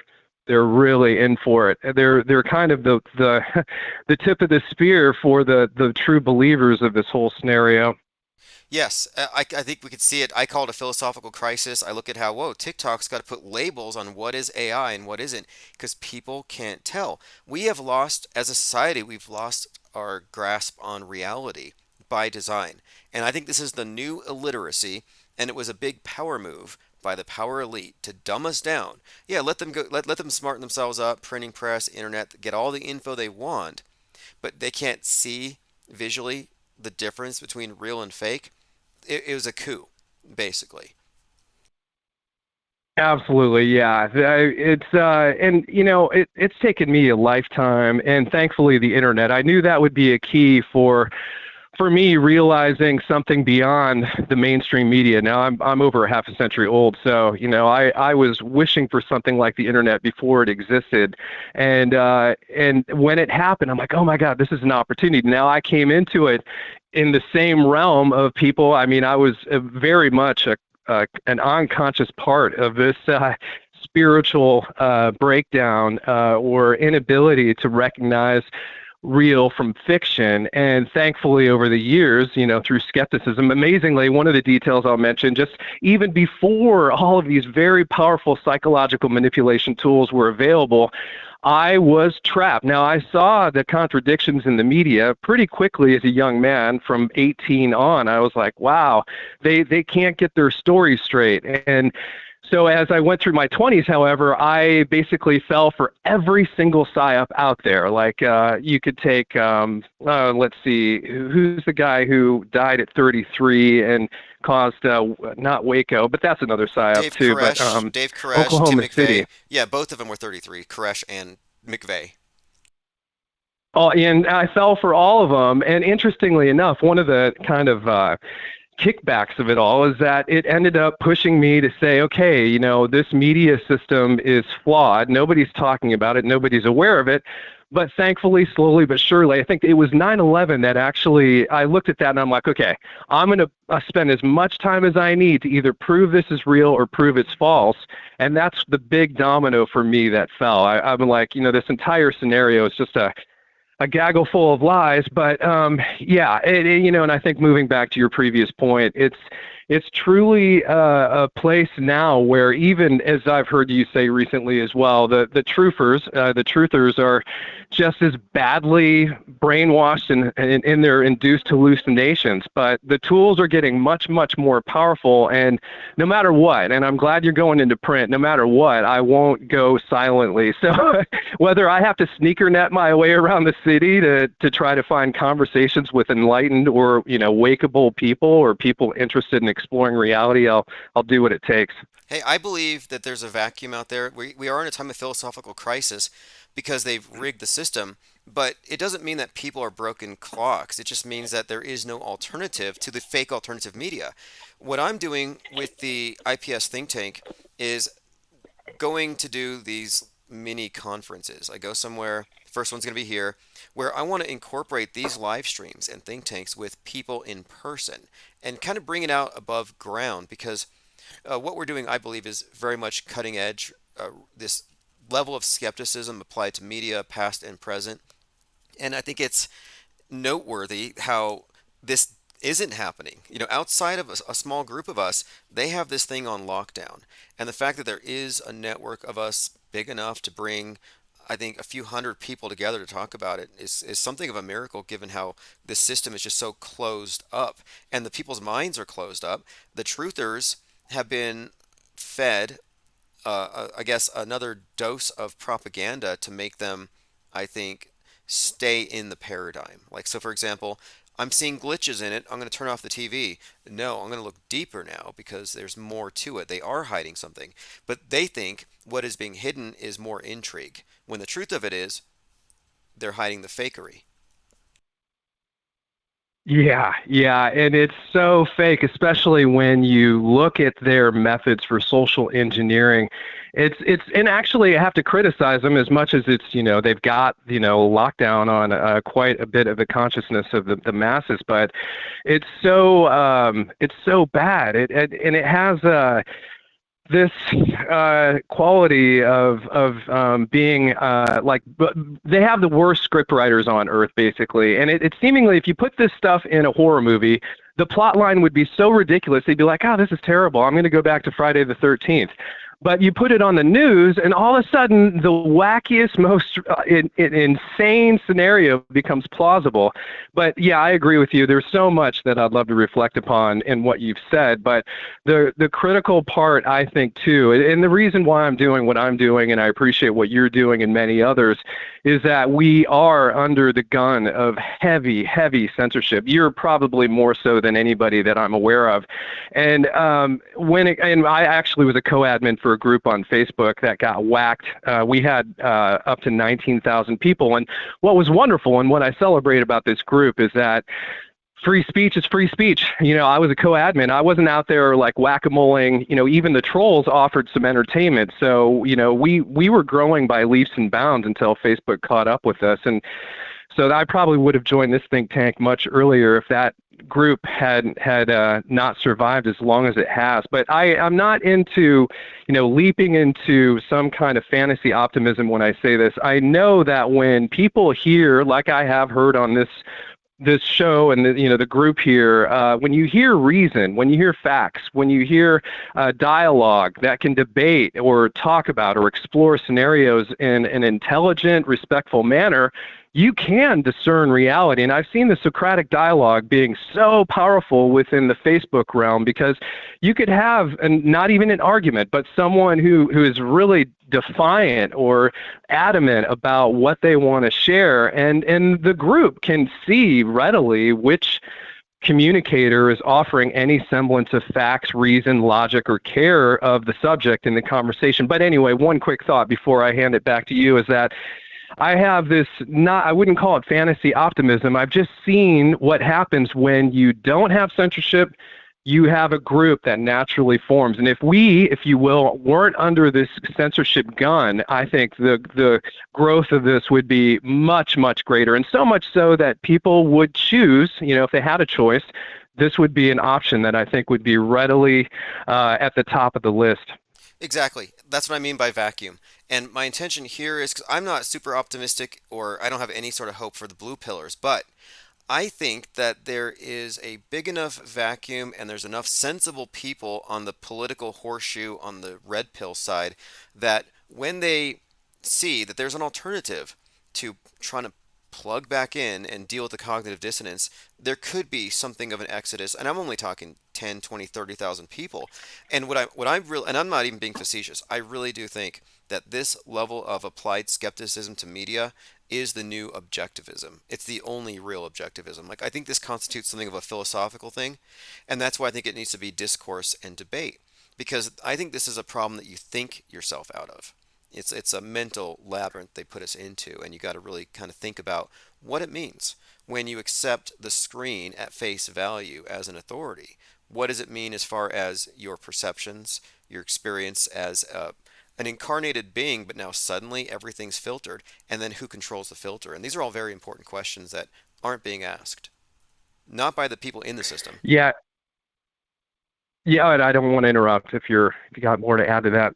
No, go ahead, go ahead. Well, you're right on target, and there's no doubt in my mind that there's tremendous opportunity, and I see it in my real world. I mean, I took on the mantle of actually more or less taking on Tourette syndrome in public, because I was like, I'm really tired of having to placate these people, and I'm not a masochist, so I won't necessarily just torture myself with someone like the blue pillars who are just gonna have a blood vessel burst in their forehead just, hearing about a subject that's outside of their continuum. But yeah, this is something that has merit, and it's not for me a belief, it's something that I've witnessed. I've watched people not necessarily go from being, let's say, asleep to being awake, but they're starting to ask questions. They're starting to be capable of communication and exploring conversation. So I do see, there is tremendous opportunity. And so the idea, too, of remaining silent in the midst of censorship just isn't an option. And I think,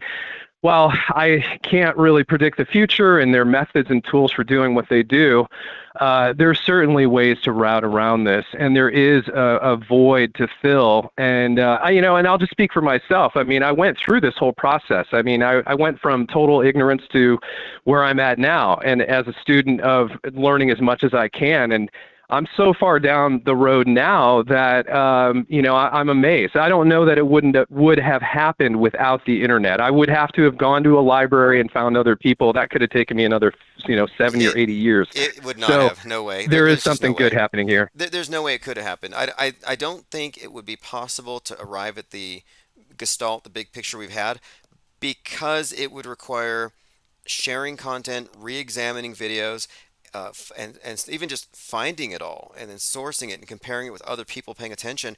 We just weren't networked. There was no intelligentsia. There was no hive mind of critical thinkers that were critical of media.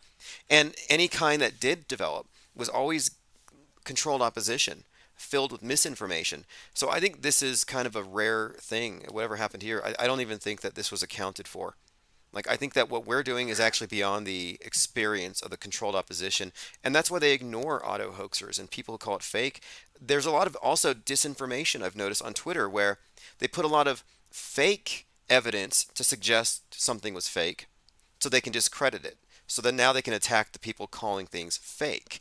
So it's fascinating to watch the media matrix try to heal its own wounds as we open stuff up, and I just don't think they're adequate for it. So it's entertaining times right now, if you ask me, because there's no way to tell where this goes. Yeah, no doubt about it.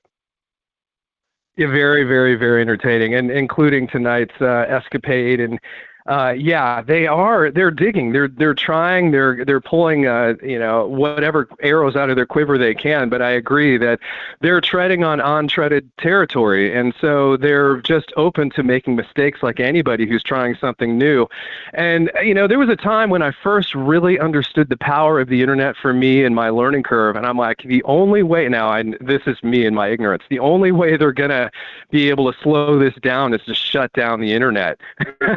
And at this point, that's still the case, although I now see clearly after all these new social media tools have been propagating over the last 15 or so or more years, that they're now finally over the last, I'd say, 7 or so, maybe since 2016. There's variations of this, but I saw the process of YouTube going into censorship and Twitter and so forth, or other social, Facebook, and it was clear what their target was, but their methods now have to leap into actually. I think another great topic of seeing this happen is that somehow the flat earth became ubiquitous in conversation, and they had to do damage control. So this is how I can prove through many other examples that they do have to respond to groups like this, or any thought, any meme that goes into this. And I hate the fact that they meme the word virus to make it go viral. That bothers me that they were able to do that,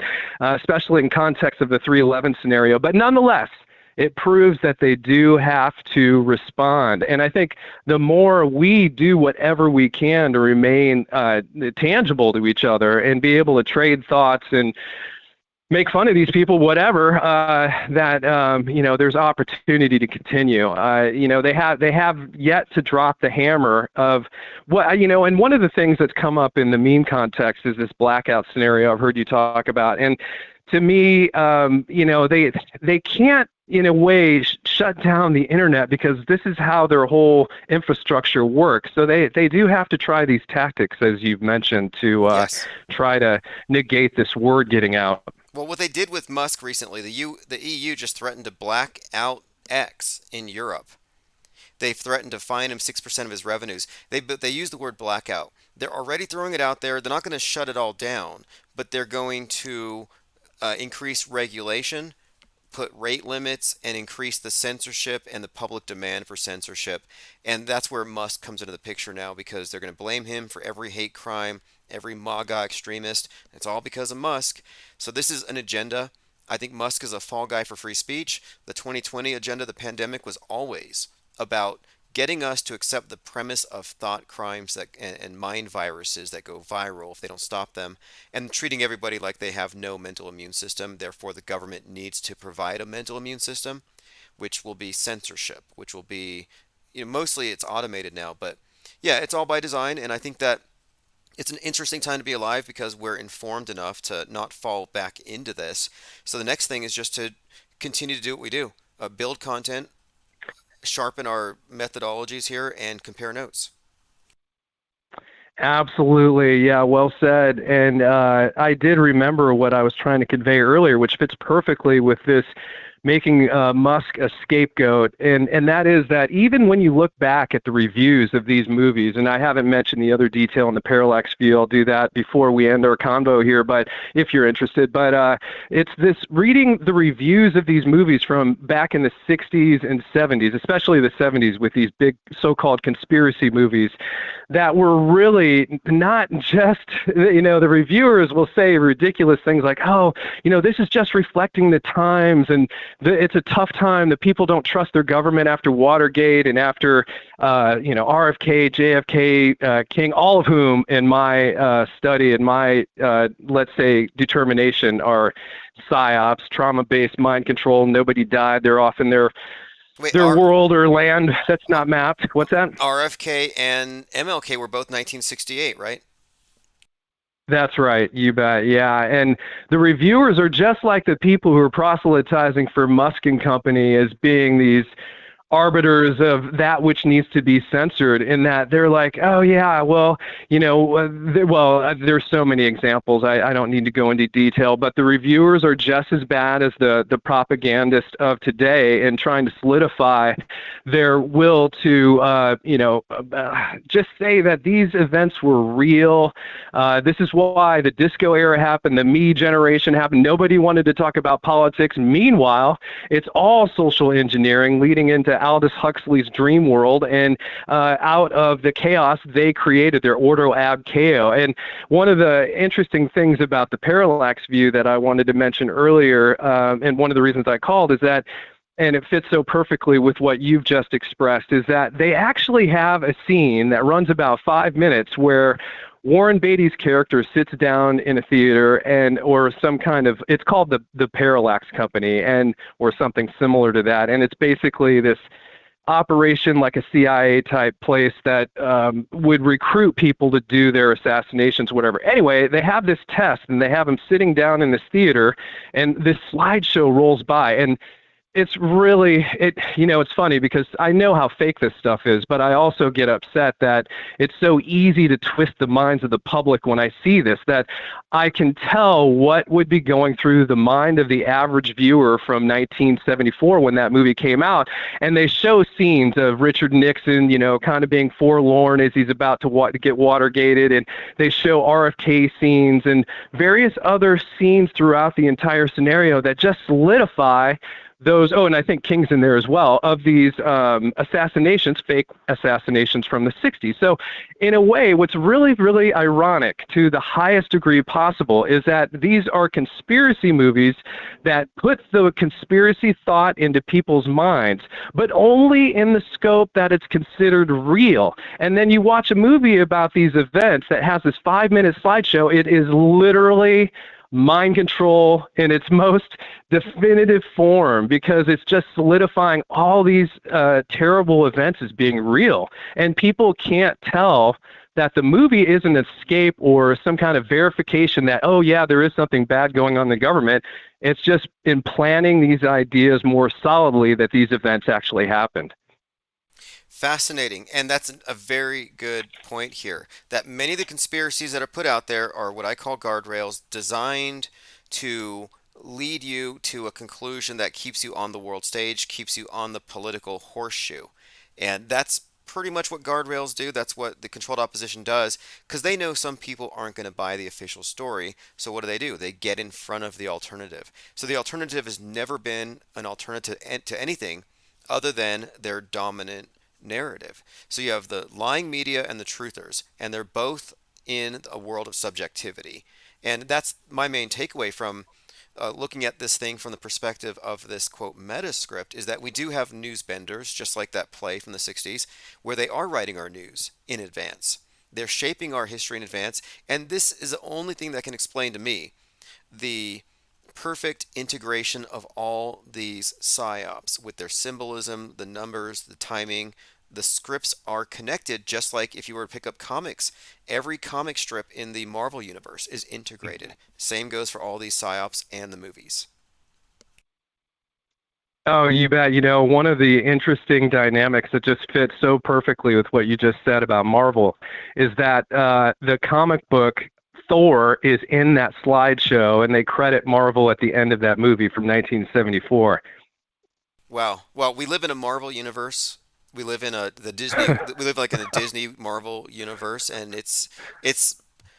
I say it's unbelievable, but no, it's believable. And if you want to understand the world today, I think you just need to look at the photo of Walt Disney hanging out with Werner von Braun, and then look at the Babylon working, and it kind of tells you the the big story, like how they made the world that we live in. It's a combination of science fiction and uh, ancient religion, but through the filter of the TV, and then how they communicated it to us through contemporary mythology. And that's what I think a lot of these psyops do. These are contemporary myths, contemporary superstitions. Oh yeah, absolutely. It's again, I've said this already, but it's just amazing that when you have a moment in your own sense of perception, your ability to reason, think with logic, and go over the details of what you've seen in entertainment versus what they purport in reality, it becomes very, very clear. And you've said it before. Without the internet, I know this wouldn't have happened for me either. And here's an example too from the 1975 movie, The 3 Days of the Condor, with Robert Redford that we were talking about earlier, is that I did enough searching through the book material that I was able to determine that some of the plot lines are clearly made to propel this many decades, if not centuries long metaverse. And, again, it makes it so easy to reverse engineer. By the way, that's what I was going to call my channel when I first brainstormed it, was reverse engineering history, to do just this. When you look back at some of these events that happened decades ago, that you get a chance to see all the documentation, which just proves the let's say description of what their methods are, as you just described. And one of the things about the book is that if I'm not conflating this too much with the other movie, well, this much I can say for sure, that I believe the book was about a drug ring, some kind of trade or something in some foreign country. But what they did at the end of the movie, I'm sorry for the spoilers, but at the end of 3 Days of the Condor, basically this Redford character says, "Oh, you're going to go to war with the Middle East." So in the same movie that they have this blatant 9/11 symbology and references, and it's tied together with other works. Robert Semple wrote The Parallax View and that Batman TV show we were talking about, that they had the 9/11 reference, and at the very end of the movie to basically show what the plot line was all about, was that you're doing this to attack the Middle East. Now, what's also fascinating is that the CIA character, by the way, they placed the CIA in the World Trade Center, so that's how it got a starring role in the movie, that he says, no, it's all games. And I'll just leave it at that without paraphrasing it further, is that there is, interestingly enough, whether they intended it or not, truth in their statements when they say it's just a game. And that is what we see on TV or in these video games or in the comic books. It is just a game. The psyops are there. No do kids bit the dust or got dustified over Maui. It's this fantasy, and the fantasy drives the masses. And in my mind, the blue pillars will probably never get it, but those who want to jump off that political horseshoe, get rid of the plus and the minus of their M, there's a chance that they can see this, because if we can continue building this bridge, there's opportunity here to let people see it for themselves, and then they'll have a chance to make a real decision about what they believe or don't believe on TV, or what they know and they don't know. Absolutely. Great points about the game, the gamed nature of it all. There's a level of alternate reality games infused into politics, especially now with Q and digital soldiers. And I often cite the movie War Games, where the catchphrase is "strange game, the only winning move is not to play," and it's referencing nukes. But I use that to reference the psychological warfare. The instant you take a side or you believe it, you're entering an alternate reality game, and there is no winner, because the whole thing is a delusional alternate reality that we're more or less put into, like a doomsday cult. You're born into a cult. What do you do if you never see the outside of it? And then you question it, and the elders or whoever controls the cult chastises you, and you're the bad ones for questioning. And we see that now. Look how we, as a group of free thinkers and media critics, have been outgrouped, censored, marginalized, and pushed to the fringe.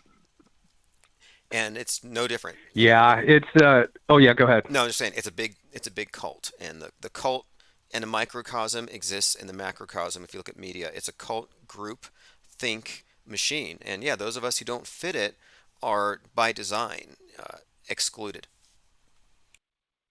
Yeah, ostracized by those who, the joke's on them, unfortunately. And, the joke was on me for quite some time, although I think, I was one of the few people I knew in my sphere of influence that was questioning these things to the degree I had.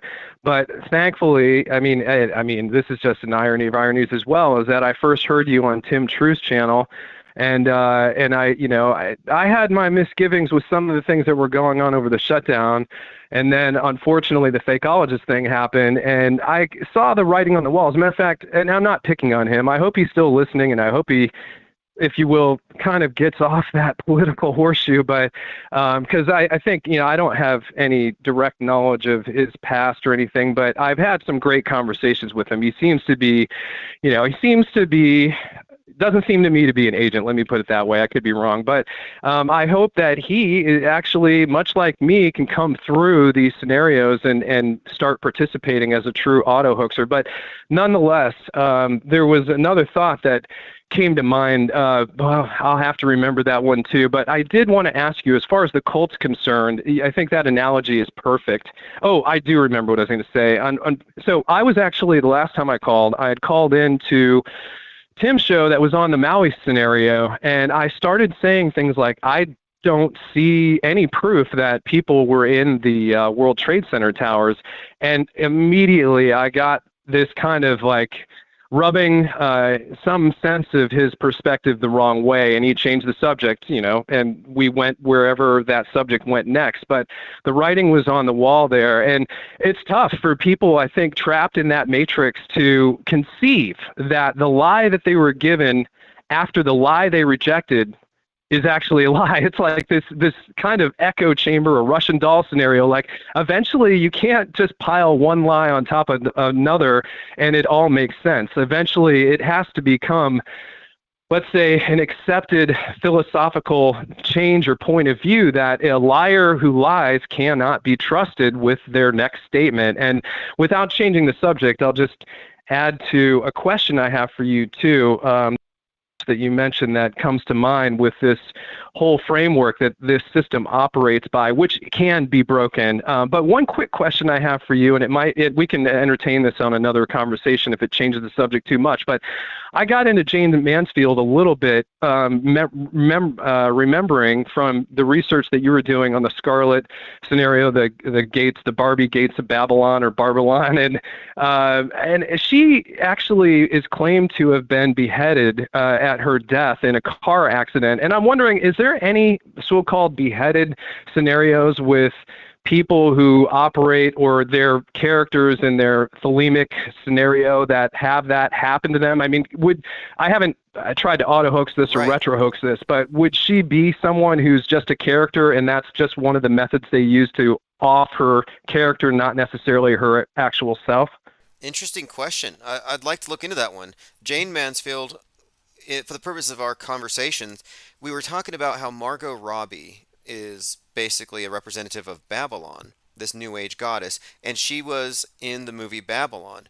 And the movie Babylon is based on the book Hollywood Babylon, which has Jane Mansfield on the cover. Jane Mansfield had the Pink Palace, like a real life Barbie house. So she's a real life bombshell Barbie, which is interesting because it connects to Margot Robbie as Barbie. Meanwhile, she's a high priestess in the Church of Satan, wearing pink all the time, which again is more Babylon symbolism. And then after a while, she's dating the Church of Satan's leader, and he tells her that if she stays with the lawyer she's with, she's going to die. He hexed her, supposedly. And then she and him crash, and their vehicle goes beneath the trailer of a truck and they lose their heads. Interesting story. I've seen the picture of the crash scene. No reason to think it's real. Anton LaVey was connected to Susan Atkins. He was one of her witches, and she's the one who did the Manson killings, which were fake. He was connected to Richard Ramirez, the Night Stalker, and then he was connected to Kenneth Anger. And Kenneth Anger did a movie with Marjorie Cameron, the Babylon from the Babylon working. Anyway, this small group of characters around Jane Mansfield, it's all part of Hollywood magic where it fuses with Psywar. So I looking back at it, I'm gonna have to guess that she probably didn't get decapitated the way they describe. Yeah, that was my guess too, just based on, well, a lot of the work that you did that inspired me to think about it again. And yeah, that's just another scenario that kind of leads into these world stage characters. Now, another interesting dynamic where these blurred lines occur, and I could see, I mean, I actually looked for any kind of photographs of that accident, and there were none. Like you, I saw that wreckage, and where's the dead body at, so it's left to the imagination, much like the rest of their fiction they promulgate through their propaganda. And yeah, there was another thought I was going to share too, Yeah, but let me address really oh, quick it'll here come back to me. with the thing you brought up with the other channel. There are a lot of people out there who you might think, or people might call them shills because they want to hold on to this certain talking point. But I bring it up in this context. My parents aren't shills, and they believe whatever's on TV. And what we're looking at here, I think, are frames of reference. And the people who know they were betrayed by the mainstream, they go alternative. And they are then like activated because now they're in a more agitated state. Things are a little scarier. Things are a lot more serious, and nobody's paying attention. So I just have to point it out that they have a different frame of reference. I agree to disagree. And the reason they see this is because of this. But I have reasons for what I claim to know and what I refuse to believe, and they don't. And my intention here is if we're going to be honest and we're going to keep on discerning real from fake, eventually there's going to be a big chasm between those who still cling to government lies and those who have stepped out of that fake frame of reference. And I'm patient, I'm not trying to push people, but eventually it's going to be pretty obvious that we are in the right and we're doing this correctly by being 100% skeptical and not allowing our emotions to blind us. And to me, that's what's the big thing here. It's are we going to be blinded and manipulated by the emotional manipulator that is the mass media, or are we going to see through it? So I'm perfectly comfortable criticizing people's perspectives, and it's never anything personal. It's really just we're trying to discern the same facts. Yeah, absolutely. And I've heard you have an incredible amount of patience with some of the callers who go out of their way to interrupt you. It's really amazing to witness. I learn a lot from that, and I agree wholeheartedly that knowing my own ignorance and the fact that most of the people I know in my real world, and thankfully this is changing recently, I think the shutdown did have some impact that was beneficial for these conversations to be had, that there's a world that I'm familiar with of people that are just chomping away on their blue pills, and they've got refills after refills from their pharmacies. So there's that. But for those that out there too, and I appreciate everything that you've suggested, that's my take on this too. There's a learning curve involved in all of this, and what helps most is to have a platform like this to be able to negotiate, to be wrong. Even if you're growing through something, there's patience and there's a sense of, as long as you're not trolling and going off the deep end. I would really love to hear that Aaron person call in. I would enjoy hearing their perspective. That whole Brian Solitude I've never heard about before just got me going. That's so hilarious. But one other dynamic to all of this as well that it did escape my mind earlier that I'll mention again, which is where the blending occurs between the fiction of these movies and propaganda, concurrent predictive programming and so forth, TV shows, is that what's fascinating that I've seen another pattern where they'll have a conspiracy guy, the character in the movie, like the Parallax View, which is, it's a good movie. And I think the 3 Days of the Condor is a good movie too. But Warren Beatty, he's the guy who's the one trying to break the conspiracy. But in reality, he was campaigning for Robert Kennedy in '68 and also for McGovern for president in '72. So there's this purposeful blending of these worlds that confuses anybody who tries to make sense of it. If you go into the JFK scenario, which these movies apparently they just mirror the congressional hearings, probably for Robert Kennedy and King and so forth too, that they're showing the world that there's this this ulterior universe, but it only goes so far to tickle that nerve and solidify the reality of it, as we were mentioning earlier. But where they have the same actors, they have the same players playing the role with these other so-called reality actors like Robert Kennedy or JFK or McGovern or Nixon, any of these people. To me, it's a giant Shakespearean play. And I often joke to myself, I came up with this funny kind of thought that, it's not something that I would ever, put any weight into as an actual root cause of all of this. But I kind of laugh about the idea that a Shakespearean troupe from, a few hundred years ago were like, hey, we're way more charismatic than King so-and-so or Queen so-and-so. Why don't we just put on our then prosthetic mask and go out and act like them? And all of a sudden the PSYOP complex was born. So, the way that they can blend reality and fiction is part of their fundamental foundation of tricking people into these never-ending loops that they can't escape from. However, I do agree that there's no moral equivalency, as I've heard you say, that those blue pillars on one side, if they wake up at all, they get thrown into the other trap of the red pill, and that goes on. But eventually there's a point where reason and logic and a sense of comprehension of reality, basing what you know, not what you believe, that can help you internally, and this is where it all starts and ends, is to internally make that decision to escape the matrix. And as much as it helps to hear people like this conversation that you've had with others here, the chat sessions and so forth, that it helps, but the person the man or woman has to make that call about whether they're willing to actually leave their dream world or not.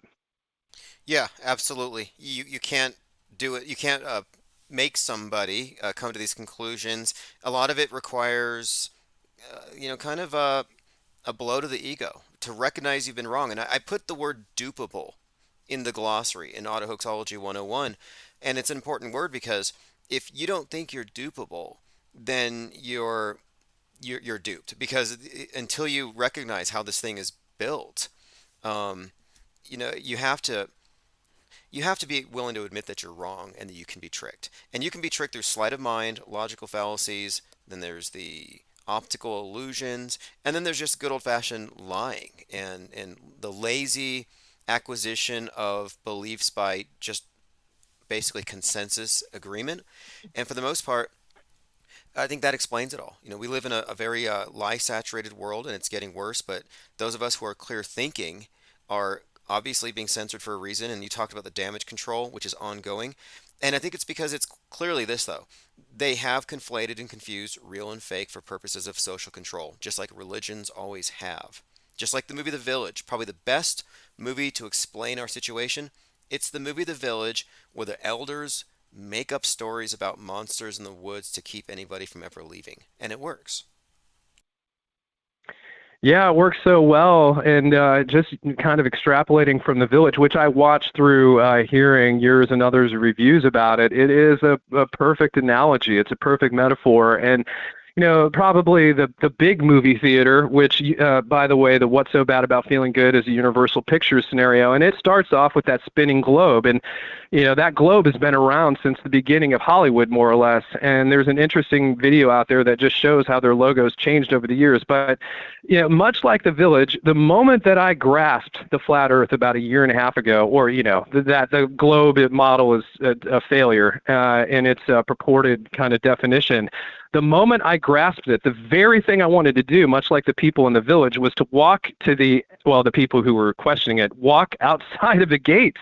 And to me, if I can, hopefully I'll live long enough to see this through. But the very first thing I want to do is get a raft of freaking penguins and go to the edge of this thing, not the edge, but the edge of the known world where the globe supposedly wraps around itself. I want to see what's out there. And to me, there's, whether or not it's a flat Earth or The Village, it's this driving curiosity that once you realize that your whole worldview, you have been duped. I'm still dupable, but thankfully my criteria for information acceptance is so much higher that it's become much lesser of a probability. But I now can't wait. And I've heard you talk about Mercator and John D, the 007 progenitor potentially. Talk about Mount Meru and the Black Mountain mountain or the magnetic mountain or this giant whirlpool up there. Like, I want to go there. And this is the first thing I think anybody who comes to awareness does. It's like, let's just not just say it's fake. Let's go out and see what's real for real. Yeah, exactly. That's kind of what I'm thinking too. Uh, yeah, and it's not even about proving that I'm correct. Like if I'm wrong, great. Um, I want to know what's behind the fake CGI that's supposed to represent the real thing. But regardless, to me, it's about the unknown and the artificial barrier they put there. And I think it's kind of fascinating how the worldview of the masses who believe we're in a ball and everything, their worldview is actually flat and finite and limited, and it's surrounded by ignorance, an ice wall, basically. They're the flat earthers. From the perspective of flat earthers being people who are in a closed system, not open to new ideas, just living in a basically a closed ecosystem, it's kind of ironic that it's the flat earthers who are the ones, even though it's a pejorative meant to represent the opposite of science and closed-mindedness, they're the ones who are actually still wielding the question mark, which they haven't pulled the question marks off keyboards yet, but they're leaning that way. Oh yeah, as you've said, they want to rip those things off, and when the gray matter turns the entire body gray, that's when they got you. And yeah, the joke's on them. That's a huge laughable aspect, is that they can demean and they can condescend all they want, but they're yelling from a gilded cage that doesn't even, their masters don't even like them. They're trapped by people in a Stockholm syndrome-itis that can't be cured by any of their V's or any of their watching more of their propaganda. And yeah, it's a scenario that it's just, I wish, as people often do in these subjects, find a way to break that hold and find, the magic elixir for them to drink or whatever. But I think it's a long game, and little by little, there's an opportunity to at least have some fraction of those people come around. And that's why, again, I mentioned this word optimism earlier. I've actually seen people change their perspective, and I've made new friends because of my unwillingness to be silent in public about any of these subjects. And it's a fascinating time to be alive. One of the interesting things for me is that sometimes when I look at the odds of being born when the internet came around, or the odds of being born when there is a group of people like this to finally interact with, which I've wished for years and years and years, that, this is, what are the odds that we were born during this very significant time in history? And I would say that whatever magic or mind control or whatever tools they use, they're always operating off of a lie. So in other words, that lie is intangible, and reality is much more satisfying to anybody who cares to measure the two against each other. And this is where I see that I know this much. I'm not going to stop trying to both confer and learn and share what I can with everyone who has a conscious will to explore.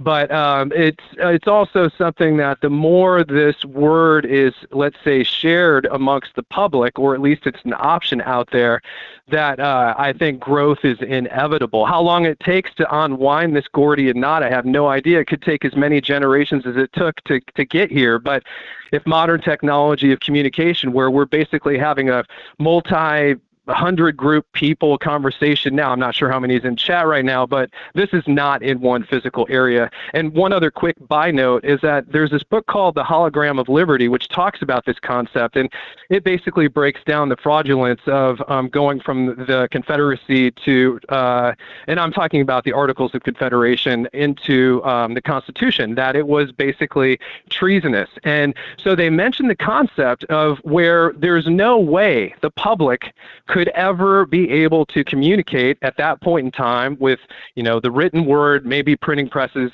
maybe, whatever, horseback or train at some point trailing this stuff away in the future, which they didn't know about then. But they actually have documented aspects of showing how this centralized government would prevent what's happening right now from happening. The fact that it is happening now gives us the power, if you will, of the elites to actually at least divine our own thought thought processes and confer across vast distances and shrink that time virtually to nothing. Oh yeah, definitely. We are fortunate to be alive at a time where it was even possible to even see the cave, to step outside of it. And your channel, reversehistory.wiki, it's the right way to go. I think retro auto hoaxing. We all see the current news, and there's this tendency to stay in the current news cycle and move on to the next thing and the next thing. But I think what we really need is a thorough look at what we can test and verify, and then go back as far as we possibly can, and not take anything for granted, because the people who write the history are the same people who are writing our news today. History is just mainstream media set in stone after enough of it aggregates, and it's the same interests, the same narrow views. So I appreciate your call very much. I'll put a link again. That's reversehistory.wiki. And I definitely want to check out these films you described, and I want to look more into this predictive programming, and I want to keep up with your work. So again, if you want to just let everybody know where they can find you, just reversehistory.wiki. Yep, that's it. Awesome. Well, hey, we all appreciate the call very much. Excellent connections that you've made here, and I look forward to speaking with you in the future again. And I'll go through your channel, and hopefully we can catch up on all these things after I've had a chance to watch some of these movies.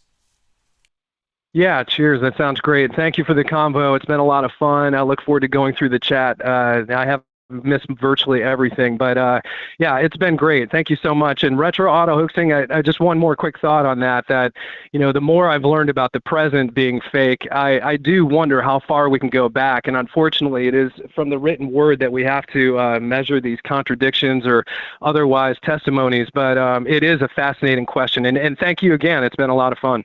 Awesome. Okay, we'll talk again soon. All right, everyone, this is Reverse Right on. History. Yeah. Appreciate the call very much. Sure. We'll catch up again. And hey, this is Chief Crow and the Flat Earthworms, Auto Hoax or GTFO.